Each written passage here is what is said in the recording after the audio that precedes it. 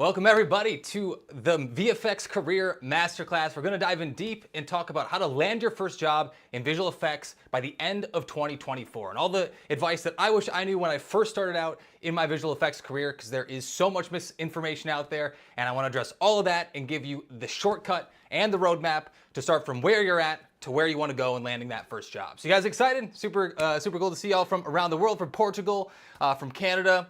Also going to be a really awesome day because we got a new ebook live on unrealforvfx.com. If you sign up right now at unrealforvfx.com/career, you will get this sent directly to your inbox right after this, but you have to sign up to get it. And yeah, this is the perfect companion to exactly what we covered today, going over all of the advice, both artistic and technical. And the main topic of today, we're really going to dive into how to sell yourself as an artist, which I feel like nobody covers at all. And quite frankly, it's the most important thing that you have to know if you want to start making it a career, making a living, selling your artwork, whether that's to a visual effects studio, or if you're a graphic designer, you're a 3D freelancer and you do more commercials and you're not necessarily wanting to dive in at a VFX studio. It's going to apply to all you guys. I'm going to go deep and again, teach these lessons that no one told me. I had to learn them the hard way, and I hope I can save years off of your journey too. So you guys excited? Put a thumbs up in the chat. Put yes in the chat if you're ready to jump in. Let's switch right over. Super excited to cover my favorite topic, which is landing jobs in the VFX industry. So here we go. The main topic here is how to land your first job, and again, we'll show you the techniques to get jobs over and over and over again. I know a lot of people experienced a lull in the industry, but now we're coming back. There's been more job opportunities in the last 2 months than the entire last 2 years. And just speaking for myself, literally just this week, starting up back again at a visual effects studio. So, there's no more opportunities than right now. And again, if you want this book sent directly to your inbox, it's 80 pages of highly tactical advice that you can apply. Sign up at unrealforvfx.com/career and you'll get your copy there. Got a lot of cool walkthroughs and GIFs and stuff that's even better than the physical copy. So the ebook is better. It was designed as an ebook first, and it has 25 of my favorite nuke nodes that you can use to upgrade your work. We'll talk more about that later, don't worry. But yeah, so let's start off. Like, what is your favorite movie? I love starting off with this question, and more specifically, what is the movie that made you want to make movies? If you're here, it's because you love visual effects, you love filmmaking, and I know there was something in your path that you saw at the beginning that got you excited to try to do it yourself. And for me, it was The Phantom Menace. It was specifically this pod racing sequence and seeing Anakin beat everyone else, win the race, and fly through this alien planet. And it was just this chase scene that could never, ever be done without visual effects. And to me, I fell in love immediately. I know a lot of people have said The Matrix or Blade Runner or Pirates of the Caribbean or Harry Potter. There's so many out there. I know there's lots of instrumental ones for me, but I know my bread and butter was always with Star Wars. If you guys want to throw that in the chat, put it there. I'd love to make this more of a conversation than just me talking right at you. We are live after all. So yeah, by the way, we will send you that book at the end if you sign up. So that is where you'll get that. But yeah, so the pod racing sequence, that was the one visual effects sequence that made me fall in love with filmmaking. But what struck me even more than this one sequence was at the end of the movie. I saw the credits rolled, and I literally could see hundreds and hundreds of new people that were all paid to work on this movie, that were paid to bring this to life and spent years or months and years pouring their heart into making these movies and getting their work on the big screen. And even from a super young age, from like 6 or 7 years old, it was so obvious to me that if they could do it, why not me? That was really the thing I kept repeating as I was always wanting to get into this industry, is like, if all of these hundreds of people can do it, and that's just on one movie. Let's not think about how many movies get released on Netflix and in theaters and on streaming every single year. If they can do it, why not me? And that really is my question for you today, is why not you? Why are you so different that you can't break into the industry too? We'll really get into the tactics of how to do that, but I truly believe anyone can start making 6 figures landing jobs in visual effects. You just got to put yourself ahead of everyone else. So that's what we're going to cover today, how to do this, but it's so possible. And I remember literally being in my dorm room, putting together my portfolio, trying to put together a strategy of how to break in for the first time. And I always wanted to look at what are the movies that I've always wanted to work on. And for me, it was Star Wars, it was Spider-Man, and it was something with dragons, whether it was Game of Thrones or, you know, any fantasy thing, Lord of the Rings, whatever it ended up being. And eventually I was able to go from a kid making Star Wars movies in my backyard, doing lightsabers in After Effects, to actually working on Star Wars Episode 9. So yeah, I'm only gonna teach you stuff that has actually worked for me. There's so much conflicting information on YouTube. And no, you do not have to be from a big city. You don't have to live in LA. I grew up in a small town. I had no industry connections. No one in my family made it in the industry. I was on my own figuring this out for myself. And I was even a college dropout and completely self-taught on YouTube. So I think a lot of you, at least in a similar situation, trying to figure out this path for yourself, but you're not born into this industry, and the good news is you don't have to be. And so yeah, I've had the chance to work on set on Avatar: The Last Airbender and work on some of the biggest franchises that I've ever dreamed of. Honestly, I pinch myself sometimes thinking about it, but it's just to show that literally any one of you can do this. It's not just me. I'm not special. I'm not extra talented. I just followed the steps, found the people that had done this before, and repeated the same process. So I've had the chance to work on some cool films, and I really want to help you do the same exact thing.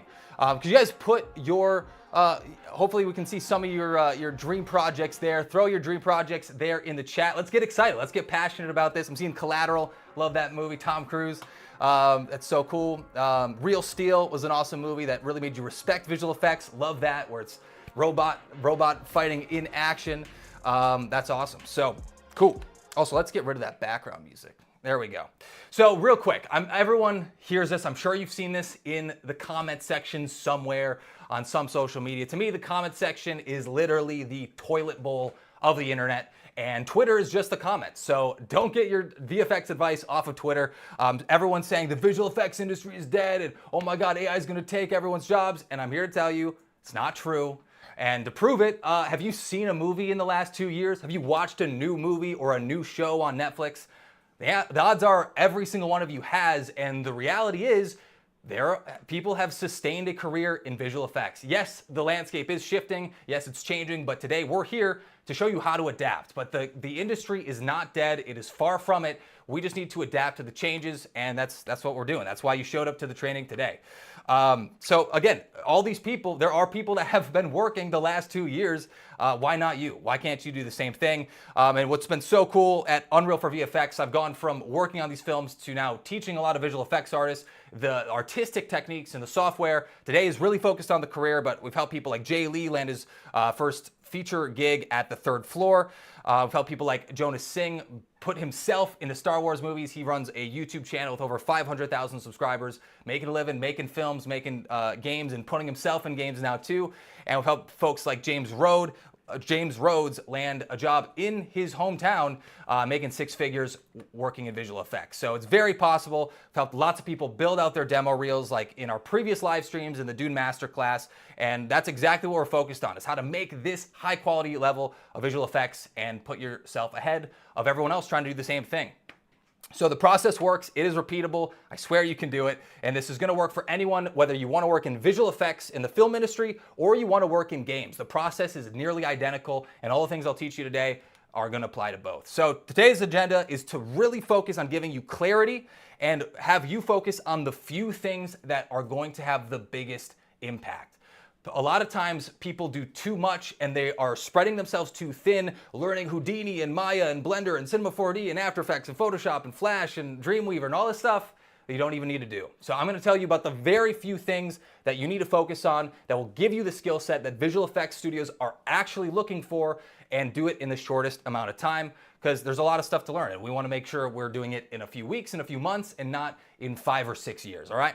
So this is the roadmap. We're going to keep going back to this. It's the same steps every single time, and I'll show you how to make a demo reel that stands out, how to apply above everyone else, how to master that first interview, and eventually land that first job offer. So we'll keep going back to this, and truly, if you want to take notes today, I highly encourage it. At the end of the day, if you leave this and you don't change your behavior, you don't change your game plan, then this was all a waste. So the best way to do it is to take notes. Whatever you write down, what's written is retained. It's like the cheat code for learning. Whenever I'm watching a YouTube video that I want to help, change my skills, I'm writing down notes as I do it every single time, even to this day. It's not just something you should do in a classroom. It's something you should continue to do, because then you spend zero effort on actually learning all this stuff.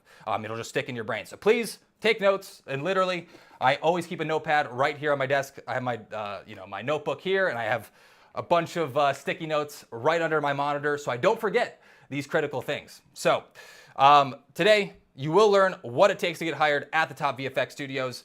And real quick here, we're about to dive into how to make the perfect demo reel and really jump into what's gonna make your visual effects stand out. But before we even get into that, I just wanna touch on this really, really quick. I don't believe in luck, and I don't believe in talent. Luck, I think, is a harmful word. I don't think luck helps anyone, and so many people are under this impression that you have to get lucky.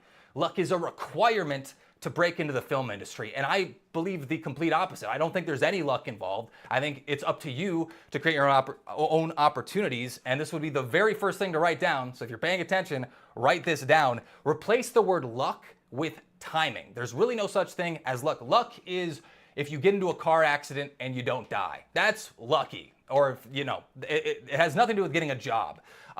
If anything, luck is what most people perceive as luck is actually timing. It's having your dream studio hiring at the same time that you are available and ready and in the same city. And it's more of the aligning of time versus this esoteric, impossible thing that you're waiting for someone or some part of the universe to open up to you. It's not that at all. It's just timing and preparation. So there is an element of timing. Today we're gonna get you prepared and show you how to make a demo reel that visual effects studios are looking for. And again, the last 2 months there's been more people hired than the last 2 years. And lastly, I don't believe in talent. I remember real quick here, I remember in grade school, I learned how to do a Rubik's Cube. I was one of those kids and was super obsessed with it, learned how to do it in like under a minute or whatever. And I had some teachers come up and they were saying like, whoa, you're so talented. And I was so confused by that. That didn't make any sense to me at all. Because I was like, I was not born knowing how to solve a Rubik's Cube. I found a YouTube tutorial, I followed the steps, and then I just repeated it 150 times until I got faster. So it had nothing to do with talent. I was not born with the skill, and art is the same exact way. So again, replace these words of you need to be talented, you need to be born into this, you need to be lucky.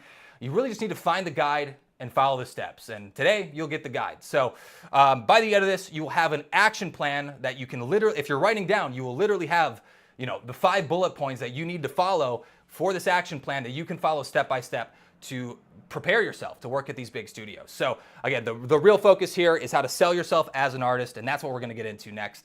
Who here has been taught how to sell yourself as a visual effects artist, as a filmmaker, as a freelancer, as a graphic designer? Have you ever been taught by a teacher in a classroom setting how to sell yourself? Is that, you can answer in the chat, like yes or no. I'd love to actually get an idea, because I can only speak for myself. No one was talking about this. A lot of times, if you're lucky, you'll get teachers that are really focused on the artistic techniques. If you're unlucky, they'll just teach you how to use the camera, and you can just read a guide on how to do that. You don't need a teacher for it. But almost no one was focusing on how to sell yourself. So I had to really piece a lot of this stuff together. Seeing Red Mecca, yes. Dan, no. Well, yeah, throw them in the chat. I'd love to know. But the focus here is to how, for all of you here on the live stream today, is we're going to take you from a hobbyist, someone who does this for free, to a VFX professional, someone who gets paid to make visual effects and work in the industry and get that next gig. So important here, a lot of people get weird about money. You're not selling out if you're making money off your art. You're just selling yourself. You are becoming the product. Your ability becomes the product. That's really all it is. So if you want to make a living making art, which is what I always wanted to do ever since I was that little kid in a movie theater, you have to learn these skills. It's not if, it's when. So let's dive into it. The 3 chapters we're gonna go through today is number 1, how to create your irresistible demo reel and how to sell yourself as an artist. We'll get into that next. And then after that, we'll show you how to network, even if you don't have industry connections, which I think a lot of people struggle with. Even if they have the skills, they don't know who to talk to or how to connect with people to actually break into the industry. So we'll tackle that next. And then lastly, how to become the #1 choice. And this is the most important part of the entire lesson. It's not, the goal here is not to be good enough. The goal is to be the best, the #1 choice out of everyone applying for a job. It is a competitive field, and I'm going to get into some very specific tactics that you can apply to become that #1 choice and force it to happen. And get rid of luck, take luck out of the equation, use your own skill and some of these techniques to actually stand out above everyone else. So last thing here, the 2 VFX myths I keep seeing over and over again, and then we'll get into how to build that winning portfolio, that winning demo reel. But the #1 thing I keep seeing is that there's so much misinformation. It's almost always coming from people that don't work in the industry. And the #1 thing I see is this thing right here, is that every visual effects artist is overworked and underpaid. Who here has heard of this myth? And I'm gonna label it a myth from the beginning, because in my experience, this is just totally untrue. I actually don't really know exactly where this comes from. But if you're working in the industry, if you're working at any reputable studio that's working on a show that you would ever recognize, not some sweatshop, if you're working in a real studio, then you are paid for overtime. So even if there is overtime, you're getting paid for every single hour you're doing. You're actually getting paid time and a half, 1.5 times your rate to do those extra hours. So I think a lot of us, we like doing this for free. We are working in Blender in our free time. We're working on visual effects when we want to. So the fact that you can get paid to stay a little bit later, working on cool projects, getting free meals when you stay a little bit late, I've never found this to be true. And that overtime is also optional. No one is forcing you to do it. I think a lot of people assume that they just have to bend to the whim of every request instead of standing up for themselves and saying like, no, I'm actually busy tonight. Like, no, I can't do overtime. And they're like, okay, cool, no worries. And just people are afraid to say no because they're so worried about losing that first job. But I think it's just so untrue. I don't think people are overworked in general because overtime is optional. And I don't know how people can say that they're underpaid when you can easily make 6 figures as a mid to senior level artist, especially when you're doing overtime. That is just the rates out there. You can look on Glassdoor, you can look at the rates at these visual effects studios. It is a career where you can make a living and save money at the end of the day. So I really don't know where that comes from. I find it to be completely untrue. And then the other myth here is that you need a college degree to break into the film industry. And I know some of you probably know that this is totally untrue. And usually this advice is coming from a good place. It's from people saying that, maybe you should just take the safe route. Maybe you should go to college, and if it doesn't work out, you'll have a college degree, and then you can, go work in, accounting, or, you can do what people with college degrees have and work in jobs that they don't like and build a career in something that they don't want to spend their life doing, which never was what I wanted to do. I'm assuming you're the same way, but it's coming from a good place. It's not like they're wishing ill from you. They just want to have a predictable path. The reality is, if you're following in the footsteps of people that have done this, the path is predictable. And the big thing here that I found too is that everyone's going to expect you to fail because they've never done it themselves. They've never known someone who's made it in the film industry, and that's why they're telling you, no, don't ruin your life. Don't try to live your dreams and your passions, because anytime I've tried that, I've been a failure. So don't be anyway, I'm being a little bit harsh here, but I find a lot of times that is the nugget of truth behind this advice, is people that don't want you to fail and don't want you to try really hard and not make it. But again, if I find the only way to fail is to quit. That really is the only way. And the last story here, before we dive into how to make your demo reel, it's one that stuck with me since I was a teenager trying to do this. It's from Jim Carrey, and it was actually not a story about Jim Carrey himself, but it was Jim Carrey's father. Jim Carrey's father wanted to get into show business. He wanted to get into acting and being a performer. And what Jim Carrey learned when he was a kid is that he gave up on his dreams, he became an accountant, and a couple years into that career, his dad got laid off and he couldn't land that next job. And they ended up moving out of their house, moving around to other places, scraping by with whatever they had. And what Jim Carrey realized, and what I've realized, and I hope you can realize too, is that you can take the safe route. You can do the route everyone's telling you, and you can fail anyway. There is no guarantees, period. So we might as well do it on our own terms. And if you follow these techniques, it will help you land any job out there, not just in visual effects. It'll help you land graphic design jobs, UI, UX, whatever you're doing out there. Again, it's all the same system. We're going to learn how to sell yourself. So you do not need a college degree. I'll skip through this story. I want to get into the meat of the training here. But yeah, long story short, I went into college. I paid my 15 grand to get in. And within the first semester, I was having teachers telling me or giving us books that literally was explaining to us what a magazine is and what Netflix is. And I was like, I know this stuff.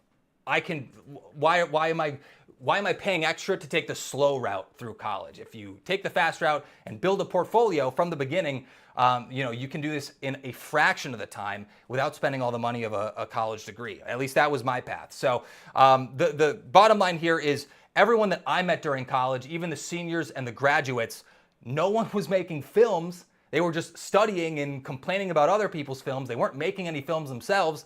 And ultimately, no one got a job. And what I realized from the few people that did make it is that the degree did not matter. The only thing that mattered was their demo reel or their portfolio. They both mean the same thing here. So by just focusing only on a demo reel, I literally just stopped going to classes, stopped doing what was the suggested route by this institution. And I said, okay, I'm going to focus on making the best portfolio possible, the best demo reel. And I took a chance. That was my bet, that if I made this better than everyone else, that I could land that first job. And it totally worked out. That is the power of a demo reel, is that's the thing that's going to get you hired. It's not your resume or your experience even, it is the personal work that you're creating and putting in your demo reel. And that's what we're going to focus on here. So again, these are the 4 stages or the 4 barriers to landing your first job. And the first one here is your demo reel. You're going to start from your demo reel, which is your portfolio of work. You're going to apply on the website or, getting your reel in some other place. Then you're going to land that interview. And then after that, you get the offer. And the last 2 stages are actually really easy. The interview at most visual effects studios I call it the don't be an asshole test. They're really just making sure that you're fun to work with, that you can take feedback, that you're coachable, and that you're not a walking red flag who's going to go AWOL after a couple weeks on the job. So we really just need to focus on getting in and building a demo reel that stands out. So let's do that. How do you create an irresistible demo reel and sell yourself and put yourself ahead as a visual effects artist? So real quick, what is a demo reel? I want to get super, super specific here. What is a demo reel? So the word demo in demo reel stands for demonstration. And I think this is super important because what we need to do is demonstrate that we can already do the job that they're asking us to do. So if you're applying for a junior role, you need to demonstrate that you can already do the job. Not that they can take a chance on you and develop you and spend, 3 months making you into a better artist. No, and most people, they have this assumption. I'm not quite sure why, but they assume that you can have a student reel and get into a visual effects studio. That is not the approach. You need to demonstrate that you already have the knowledge, you already know the software, and these are the 2 things. It's skills and software. Write that down. These are the 2 things that you need to demonstrate critically, because they want to make sure that at week 1, you can jump into the project, onto the show, and start contributing from the very beginning, not building you up for months and months, because that's just going to cost them time, it's going to cost them money, and it's not worth it for them. It just isn't. So we need to start thinking from what do the visual effects studios want, not what do we want. So here's what most people get wrong. They're so focused on themselves. They're thinking, oh, I can use Blender and I can do hard surface modeling and I could do a fluid simulation and I could, explosions and I made an environment once and I've accumulated all these individual skills. Will you hire me? I'm pretty cool, right? Me. But where you need to shift your thinking entirely is stop thinking about what you know right now. Just discard it. It doesn't matter what you know right now. And I'm serious about this. It does not matter what you've learned so far. What you need to do is demonstrate the skills that the visual effects studio is asking for, not what you already know. We need to think of what do they need, and then we need to become the artist that fulfills that need. So we need to make our demo reel with a visual effects studio in mind. And I think the more focused you can get on this, the more specific you can get about which studio, where in the world, what type of movies do they work on, or TV shows or whatever, and start there. Get a very clear image of the type of studio that you want to work at. And again, most people get this wrong because they've just never been taught how to sell as an artist. So let's talk about this a little bit. Let's get into selling 101. Who here has seen Jordan Belfort, Wolf of Wall Street? Sell me this pen. Again, this is like the beginner's trap of how do you actually sell yourself as an artist. It feels like this impossible task. Like, okay, I need to sell a pen. How the heck do you do that if you're not a salesman? All right, so this is the number one rule of selling yourself as an artist and as a visual effects artist. You don't sell by pitching yourself, by me, look what I can do. You sell by solving problems. And write that down. You sell by solving their problems completely. Now let's get into this a little bit more. You sell by solving their problems. And to get specific here, the smaller the problem that you can solve for them, the less you're going to get paid.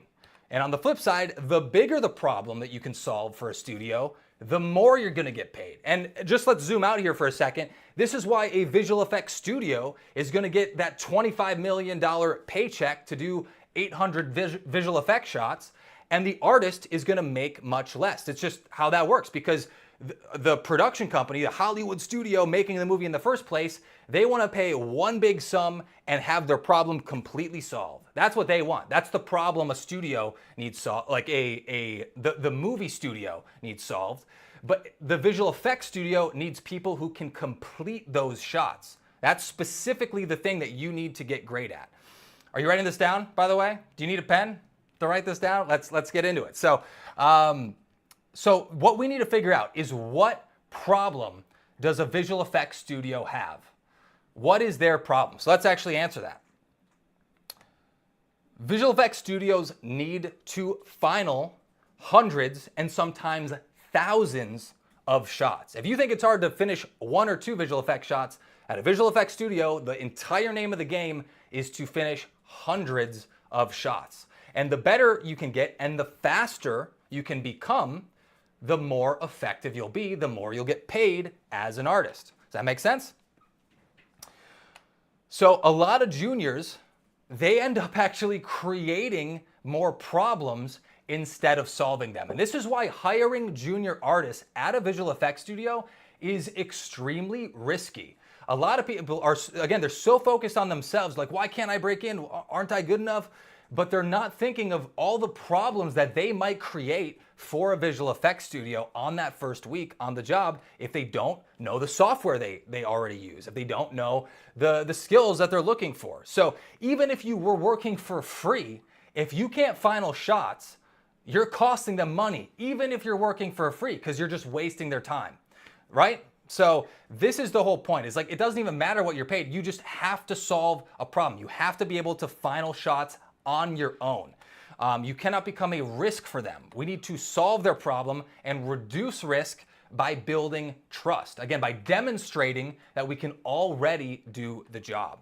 So we need to demonstrate that you can solve their problems and take away the risk. I know we're going slow here, but this is so fundamental, and so many people have no conception of this, and you will never sell yourself if you're not focused on solving their problems. It's the baseline. It's where you got to start from.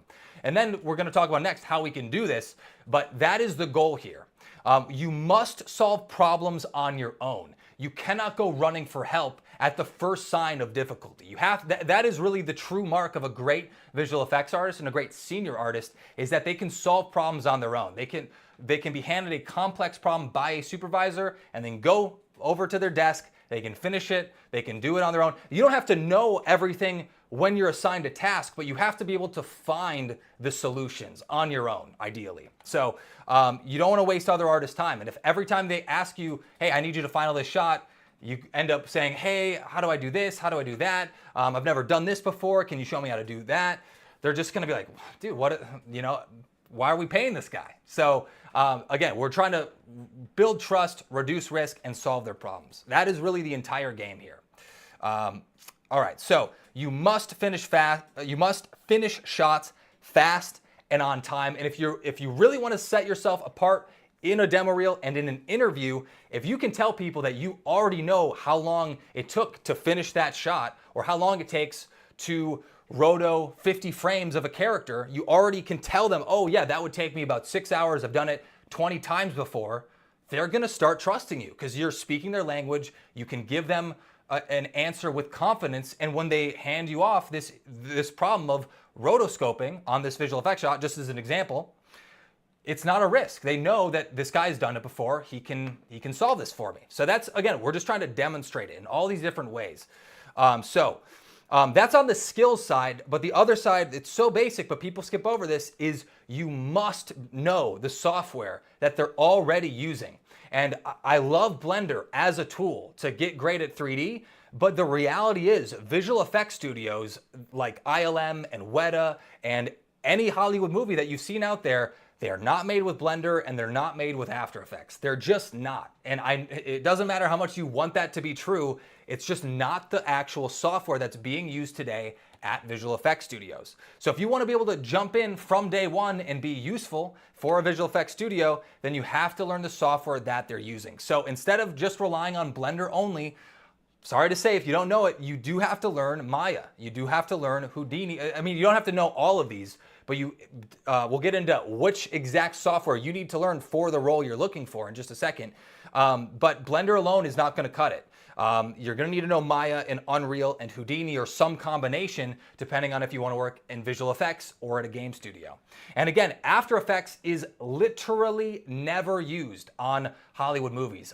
Some people get smart and clever and they're like, oh, but Everything Everywhere All at Once, that was made with After Effects. And that is the only Hollywood movie in the last 10 years that was made using After Effects. Every other movie out there was all made using Nuke. And if you haven't heard of this, a lot of people don't know about this, about the software. We'll get into some more specific stuff at the end. It's part of what the book Kickstart Your Visual Effects Career is all about, is helping you learn some of the industry standard software, because you're gonna have to know it if you wanna break into the industry as a junior. You just have to know it. They're not gonna pay you to learn this stuff. They're just not. So don't demonstrate the skills you have.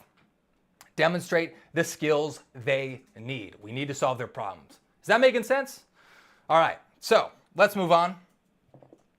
How do you find visual effects studios' problems? This is the next question that always comes up is, okay, we need final shots. That's cool, but that's not very specific if you're on the outside trying to build a demo reel. So guess what? Did you know that most studios already have a complete list, bullet-pointed list, of all the problems that they need you to solve? Did you know that? Most people don't know this, or they've come across what I'm about to talk about next, but they don't realize how important it is. So how do we find this list of problems that studios already have?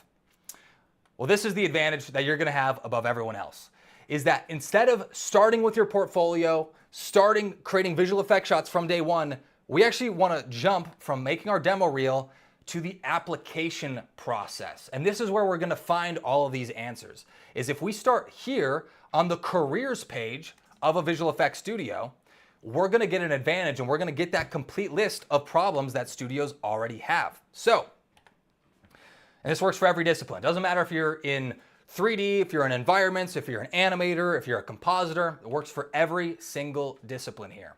So, here we go.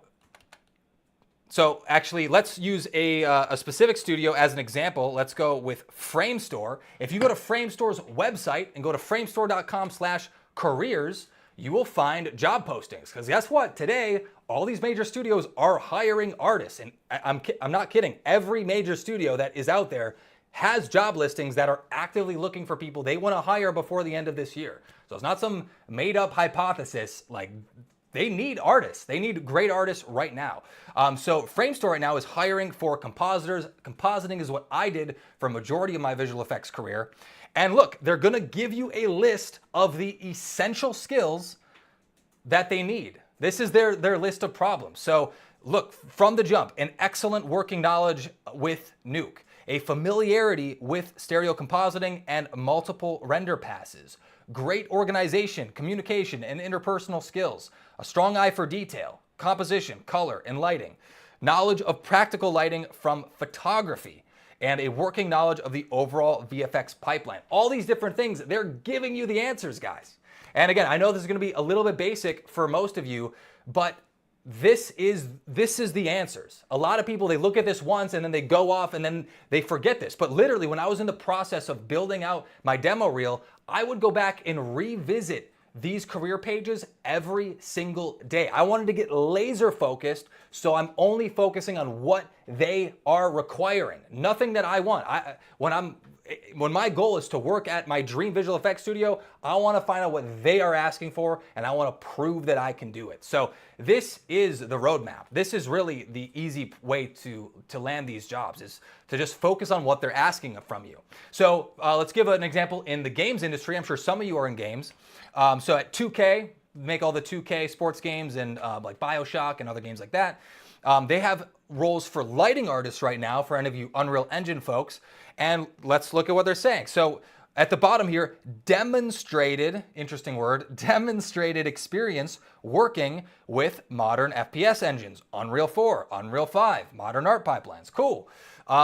In-depth knowledge of real-time AAA lighting, a strong portfolio that demonstrates experience lighting environments and characters. Okay, so we need environments and characters if we want to stand out. There we go. Now we know what we need to make in our demo reel. So basically, look at all these bullet points, and you want to make one shot that reflects what they're asking from you. So for each one skill they're asking of you, you want to create one shot on your demo reel that proves that you can do it. That's the way that we're going to take this and implement it onto our demo reel. And let's end with what was excuse me. Let's end with what was my dream studio. ILM, Industrial Light and Magic, famous for Star Wars. They're hiring environment artists right now. And again, they're gonna tell you exactly what they need. We need people that can create individual assets, including modeling, texturing, and look dev. You need to know layout and set dressing of environments. You need to know photorealistic and stylized to land this job here, and work under the direction of leads and supervisors. And produce work within a production schedule. Again, you need to be able to do this on a schedule in a short amount of time. And if you can demonstrate this, even if you're just working by yourself, if you say, hey, I'm gonna make this next demo reel project in 2 weeks, and you hold yourself to that deadline, and when you're talking to someone in an interview, you can tell that story, now you've demonstrated it. It's not a risk anymore. You can prove that you are doing what they're asking for, even if you don't have in-studio experience. So, if they ask for skills, make a shot that proves you have the skills. It is this simple. One shot for one skill. And if you follow this process, this is the easiest way I know how to do it. Go through a careers page and make one shot for each skill they're asking for. And if they ask for experience, which many of them do, a lot of times they're saying it's a requirement, but just to tell you the truth, it's just to weed out the people who have, made 2 YouTube videos and are applying at ILM who just honestly don't stand a chance. They want to have a little bit of experience, but this does not have to be experience at a studio. This can be experience working on a film with a friend. This can be experience making your own personal projects. This can be experience working on a student film if you're a high schooler. This is exactly what I did. You could find a nearby college and send out an email to everyone saying, hey, let me work on your project for free. I'm a visual effects artist. I want to gain some experience. Here's the work I've done so far. I would love to help you out. And slowly, bit by bit, you'll start gathering more and more experience, and you'll start to work on bigger and better shows, even at that small scale. Every little opportunity helps. So that is really the strategy. If you have zero experience, create your own opportunities. Find it out there, make your own personal projects. And a lot of people feel different ways about this. Again, I can only speak to my experience. Some people say, never work for free. Never do it. You're undervaluing yourself as an artist. But here's the thing. If you've never been paid to create visual effects before, why is anyone going to trust you? That's just the question that everyone's going to ask, is like, if you've never done it before, why are you worth getting paid? So quite frankly, I did it. Almost everyone I know has done it. Those first couple projects, they're doing for free. Now, don't work for a studio for free.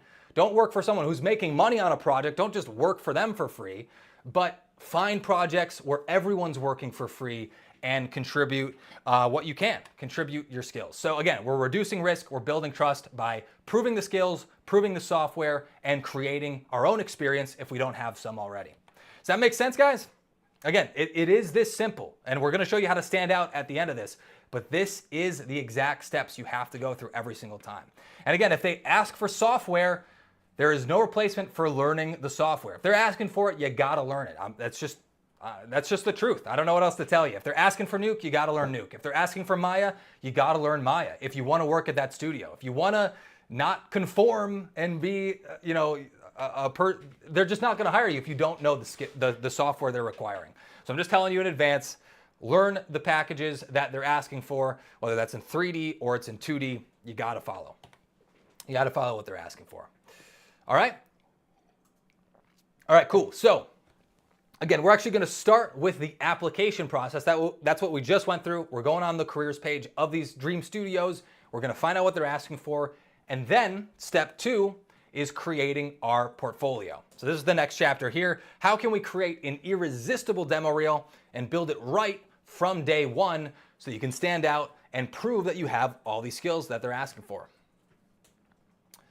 All right, so you wanna learn the demo reel shortcuts that I use to get hired at major visual effects studios like ILM and Framestore and MPC and Luma and Pixo?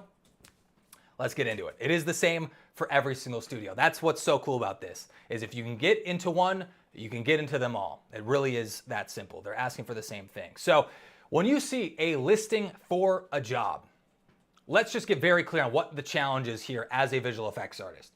When you see if you're on a careers page and you see a listing for environment artist, if there is one position out there, there is probably at least 100 people out there in the entire globe that is fighting for that position. Now, the good news is not all those people are qualified. In fact, most of them are not qualified at all because they're not following the first steps here. They don't know the software, they don't have any demonstrable skills. So we don't have to worry about all 100, but a lot of times they are not hiring for 20 different positions. Sometimes they are, but a lot of times, especially when the industry is a bit tighter and a bit smaller, they're only offering one role. So I think it's extremely helpful to get into the mindset that if you want to land that one job, then you need to be the number one choice. It's not good enough to be in the top 10 or even the top 5 sometimes. I think the best mindset to have is that you want to be the number one choice that's above every other artist that's applying and standing out ahead of all of them to prove that you have what it takes. That's the best way to get rid of luck, eliminate luck or talent or anything like that, and demonstrate it through your demo reel. So again, there's no good enough. You really do want to be the number one choice. So if you want to do that, then your work has to stand out. It literally has to look different than everyone else applying for it. That's the only way to get rid of luck and take it out of the equation and put yourself ahead of everyone else. So let's go over some ground rules on what you can do to stand out ahead of everyone else. So the number one rule, don't copy tutorials, copy movies. Every visual effects supervisor out there recognizes every tutorial. And the problem with tutorials is that tutorials do not demonstrate that you know how to solve problems. They demonstrate that you know how to click by click follow an existing tutorial, which is not a very hireable skill. Anyone can do it, right? So we need to prove that we can do more than just copying step by step what someone has done already. We need to prove that you can solve problems without the answers. That's the real thing here. So what happens is visual effects supervisors are going to recognize the tutorials if they're in your demo reel. Like never, ever have a tutorial in your demo reel. Ever, ever, ever, ever. Because every visual effects supervisor recognizes them, not because they've followed the tutorial before, but because there's gonna be 20 other people who make this silly mistake. And again, what we're trying to do here is we're trying to stand out. We're trying to look different. We're trying to stand above everyone else. We're not trying to look like everyone else. So everyone else is just putting tutorials on their demo reels. We want to be above them and not do this, basically. So You must make your work stand out. That is the punchline here. So what is more effective than copying tutorials? And by the way, real quick, tutorials are very valuable. That is how you learn the basic skills, but just don't put them on your demo reel. Does that make sense? What you should do instead is find your favorite movies, find a movie like Blade Runner 2049 or Lord of the Rings or Star Wars, and try to recreate some of your favorite shots from your favorite movies. I think we got a little clip here of the visual effects breakdown from Blade Runner 2049. And by just studying the shots from, if you go to any visual effects studio and go on their YouTube channel and type in VFX breakdown, you can start to see exactly how they're creating these shots. Now, they're not giving you the answers, but you'll start to see all the different layers and all the different components that they're using in creating to make these shots. And then all you have to do is stop through each step. It's like, oh, whoa, okay, so they got this crazy fluid simulation or like, dust simulation. So, okay, we need that. We need to create, a matte painting for the background. If we go here, it's like, okay, so this is their background layer. So I guess we'll have to create that. Then we'll have the foreground. It looks like there's, it's pretty simple here. There's like glass on the ground and debris. And then, okay, so then we need to build the 3D model here. And you can just bit by bit start to break down these complex shots and start to understand the layers. And then you go off and you build it yourself. So you can copy these exact shots. Just don't copy a pre-existing tutorial. Visual effects supervisors will be impressed if you can match a shot one-to-one. And this is actually the entire, I'll show you the demo reel that landed me my first job later on. And this is what I did for every single shot, is I went out to some of my favorite movies, some TV shows, and just recreated these shots step by step. And when you can find the visual effects breakdowns, the process becomes so much easier. This is the shortcut here. This is how you can copy movies while still solving problems and creating them on your own. Does that make sense? So again, the point here is to prove that you can solve problems. Rule number 2 of building a killer demo reel is reference, reference, reference, reference, reference, reference, reference. You need to make sure that you are constantly referencing real life photography, real life, just real life, the world outside, because a huge mistake I see is that people look at these CGI movies and then they base their CGI off of other CGI, and you're making a fake thing look like a fake thing, and you're never actually referencing real life at any point. So what we want to do is, even if we're making something like Blade Runner, which is this impossible thing that is CGI, we want to find photographs from real life that mimic the same exact scenario. And we don't want to just look at it once. We want to constantly be referencing this. We want to build out, mood boards and image boards of all these different references, and every day study it and compare it against your visual effects shots. Playing a little game of I Spy with yourself and saying, okay, what are the things that this real photograph is doing that my visual effects shot doesn't have? And once you have that list, you'll just go through, make lists of 5 bullet points, 10 bullet points. At Visual Effects Studios, I'm literally writing down 25 notes at a clip. And then after that, once you have your notes, then you go through and just start upgrading your shot bit by bit by bit until it matches real life. And that is how you will get a better looking shot. The other thing here is study the greats and find visual effects breakdowns. Obviously, I just touched on this before, but the best way as well to understand how these complex shots are built is you want to study the greats. Study Weta's visual effects breakdown. Study Framestore. Study ILM. See how they're making these complex visual effects. Start to understand the process, understand the layers that go into your favorite shots, and then you'll be able to speak their same language and start to break down these shots and mimic each layer step by step and create a shot that looks just like a studio that comes from their, that basically matches your dream studio. That's really the goal here. Cool. So all killer, no filler. Rule number 3. This is so important here, is don't have a single wasted shot in your demo reel. All killer, no filler. I say this to everyone that asks me for advice, because I got this early on and it just totally stuck. So this is why it's so important, is that if you have a portfolio with 2 shots, super short, 20 seconds long, it will be, and these shots are excellent. They look exactly like Avengers or Lord of the Rings or whatever. It will always, always, always beat a demo reel that has 10 average shots or 10 mediocre shots. It doesn't matter if you can prove that you can do a lot. Quantity does not matter nearly as much as quality. And now I'm sure some of you are thinking, well, wait, I thought I had to, all the demo reels I see are like 2 minutes, 3 minutes, 4 minutes long.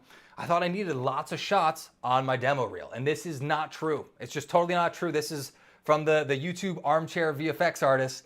The bottom line is this. Think about this.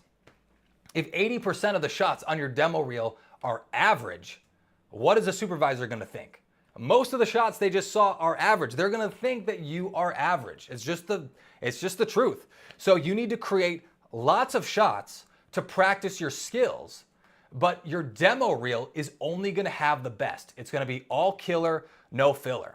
So you only show off the best of the best. Now you might need to make 10 or 20 or 30 visual effects shots until you have the skills that visual effects studios are looking for, but only the best is going to end up on your demo reel. So another question for you guys, and write this in the chat here. How long do you think my demo reel was for the reel that got me hired at ILM?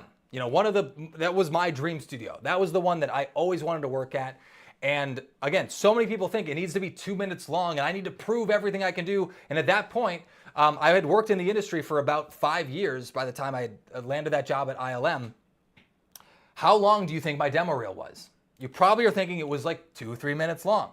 But it was actually 45 seconds. It was 45 seconds long. It was a minute total with the title card and end card, but there was 45 minutes of visual effects shots. Now, at that point, I had worked on many, many shots. I'd finaled over 100 visual effects shots, but I was not going to share the shots I created on Mary Poppins 2 to ILM, because that is not the type of movie they're going to make, and it's not what they're looking for. So I catered my demo reel. I made a custom demo reel for that job to make sure that I could become the #1 choice. It wasn't about dumping out all of my experience. It was about showing the experience that they are looking for and showing off shots that look like they could come from their studio. Super, super important.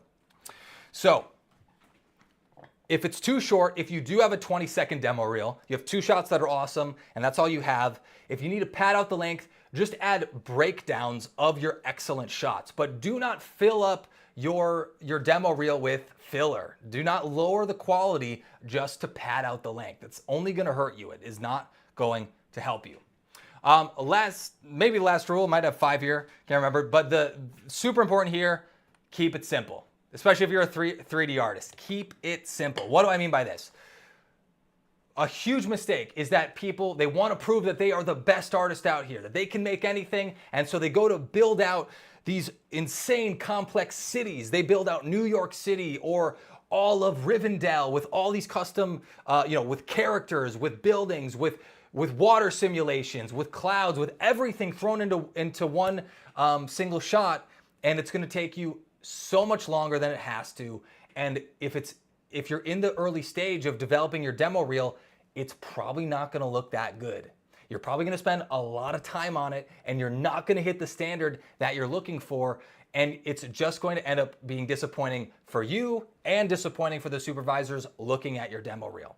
So instead of doing this, the way I look at this too is, it's like when you're trying to learn guitar, you don't want to learn a solo right away. You don't want to go into a Metallica solo for your first song. It's going to sound awful. It's not going to sound like the record. And if you spent 3 weeks learning some scales, learning some licks, learning your chords, it's going to sound so much better if you start practicing in 3 weeks as opposed to just going for that solo on day 1.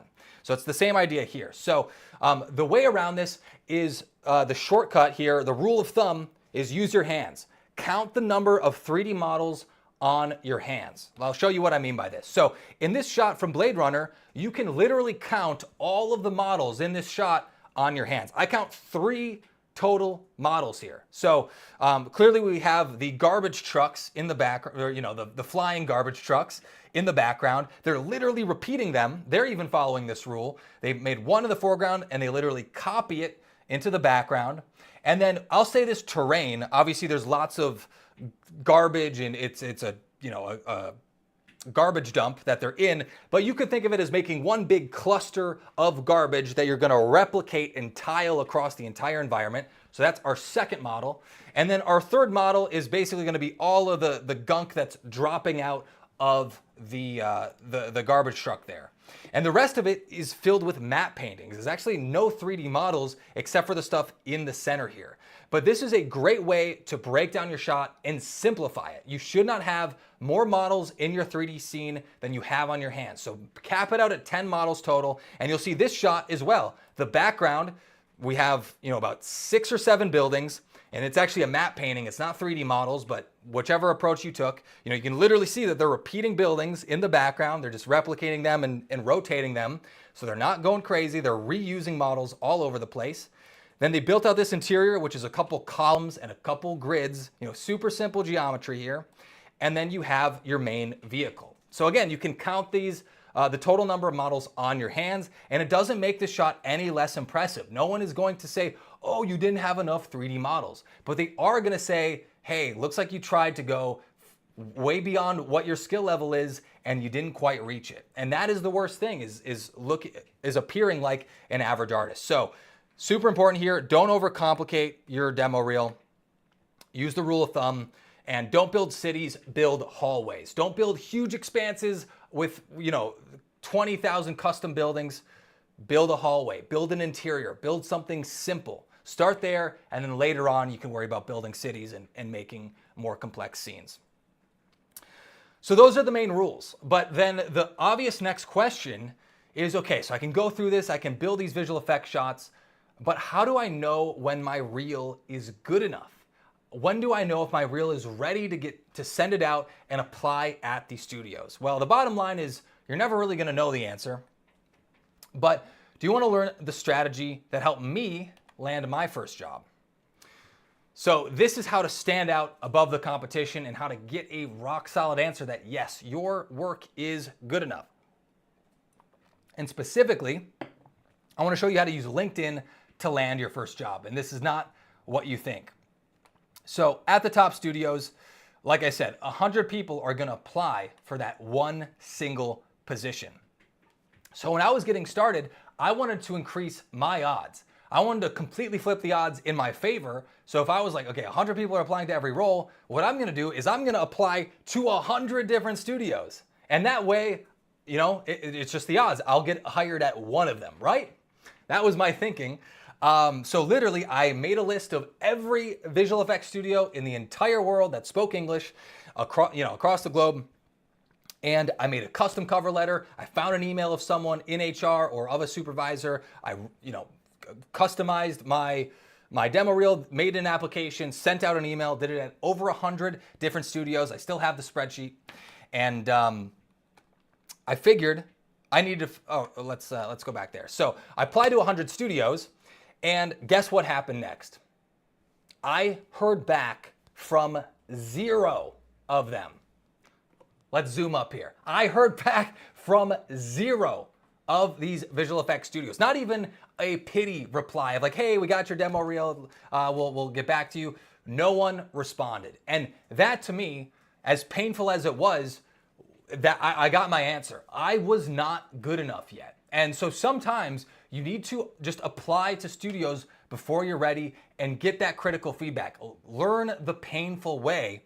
And if they're not asking for an interview, your work is just not good enough. And that's not a bad thing inherently. It's just feedback. It's just something that you can take on the chin and say, okay, you know what? It's not good enough to get hired here. I guess I need to go back to the lab and I need to improve my demo reel. So at that point, when I realized that I struck out at 100 different studios, I was trying to think smarter, and basically what I did was I was thinking, I need to research my competition. Who are these other people that I'm applying against? And how can I make sure that my demo reel is better than everyone else's? So I want to show you how you can research the competition. And this is exactly what I did to land my first job. So what I did is I went on LinkedIn and I started searching for artists that are already working at my dream studio. So I went wide. I found people at Framestore and at MPC, and I went through, I typed in compositor, because again, that's what I wanted to do for my role. It would be environment artist or lighting artist or animator for any of you folks out there. And I started looking at their website, at their demo reel. But what's tricky about this is usually when you see their demo reel on their website, you're seeing their most recent work. You're seeing them after they've broken into the industry, after they've worked on 5 or 6 different movies, and their demo reel is going to look completely different than the demo reel that got them hired. But a really great cheat code here is you can find the demo reel that was their first one that got them hired by, instead of going to their personal website, go to vimeo.com and find their demo reel, and then click on their profile and go back in the history, and you'll start to see their demo reel from 2018, 2015, 2010 for those super senior artists out there, and you'll start to see the demo reel that got them hired. And now you don't have to guess about how good your demo reel has to be. You can just observe what was the demo reel that got them hired. So it's super important. You don't want to look at their current demo reel. You want to find their first demo reel. And you can just go back to when was their first job on their LinkedIn site. You'll see, okay, they got hired in 2015. Let's find their 2015 reel or their 2014 reel. And now you have a target. Now it's not this guessing game of how good do I need my demo reel to be. Now you can say, okay, I need to find this demo reel and I need to make one that's better. That's better than it was, because it's 7, 8 years later than 2015 in this example. So now it has to be better than those demo reels. But when you have that target, the process becomes a lot easier, because again, you're not guessing anymore. So this is the process I went through, and it's what allowed me to make sure that I didn't submit my reel a second time until I knew that my demo reel was better than the competition. And I'd highly recommend you've done this. If you haven't done this before, I would say this is more important than making another visual effects shot. Research your competition first. Again, this is like the research that you can do before you go into just make more visual effects shots. So you guys want to see the demo reel that landed me my first job? Maybe this will shed some light on what it takes. And this is not the glamorous stuff. This is not the Millennium Falcon or Godzilla in downtown Tokyo, but this is the demo reel that actually got me hired. So let's take a look here. And again, this is for a junior compositing role. And what I realized here, the goal for this was, when someone is going to look at a shot for the first time, I wanted to make sure that they had no idea what I had done to it. So with paint work, with roto, with prep work, the job here is to be flawless. Again, I wanted to prove that I could solve problems on my own without a supervisor, and so that it was not a risk. So this was removing markers from this actress's face, and then this is another shot here that hopefully you can't tell, but doing some green screen as well. And again, padding this out with before and afters, making these visual effects breakdowns, showing the process.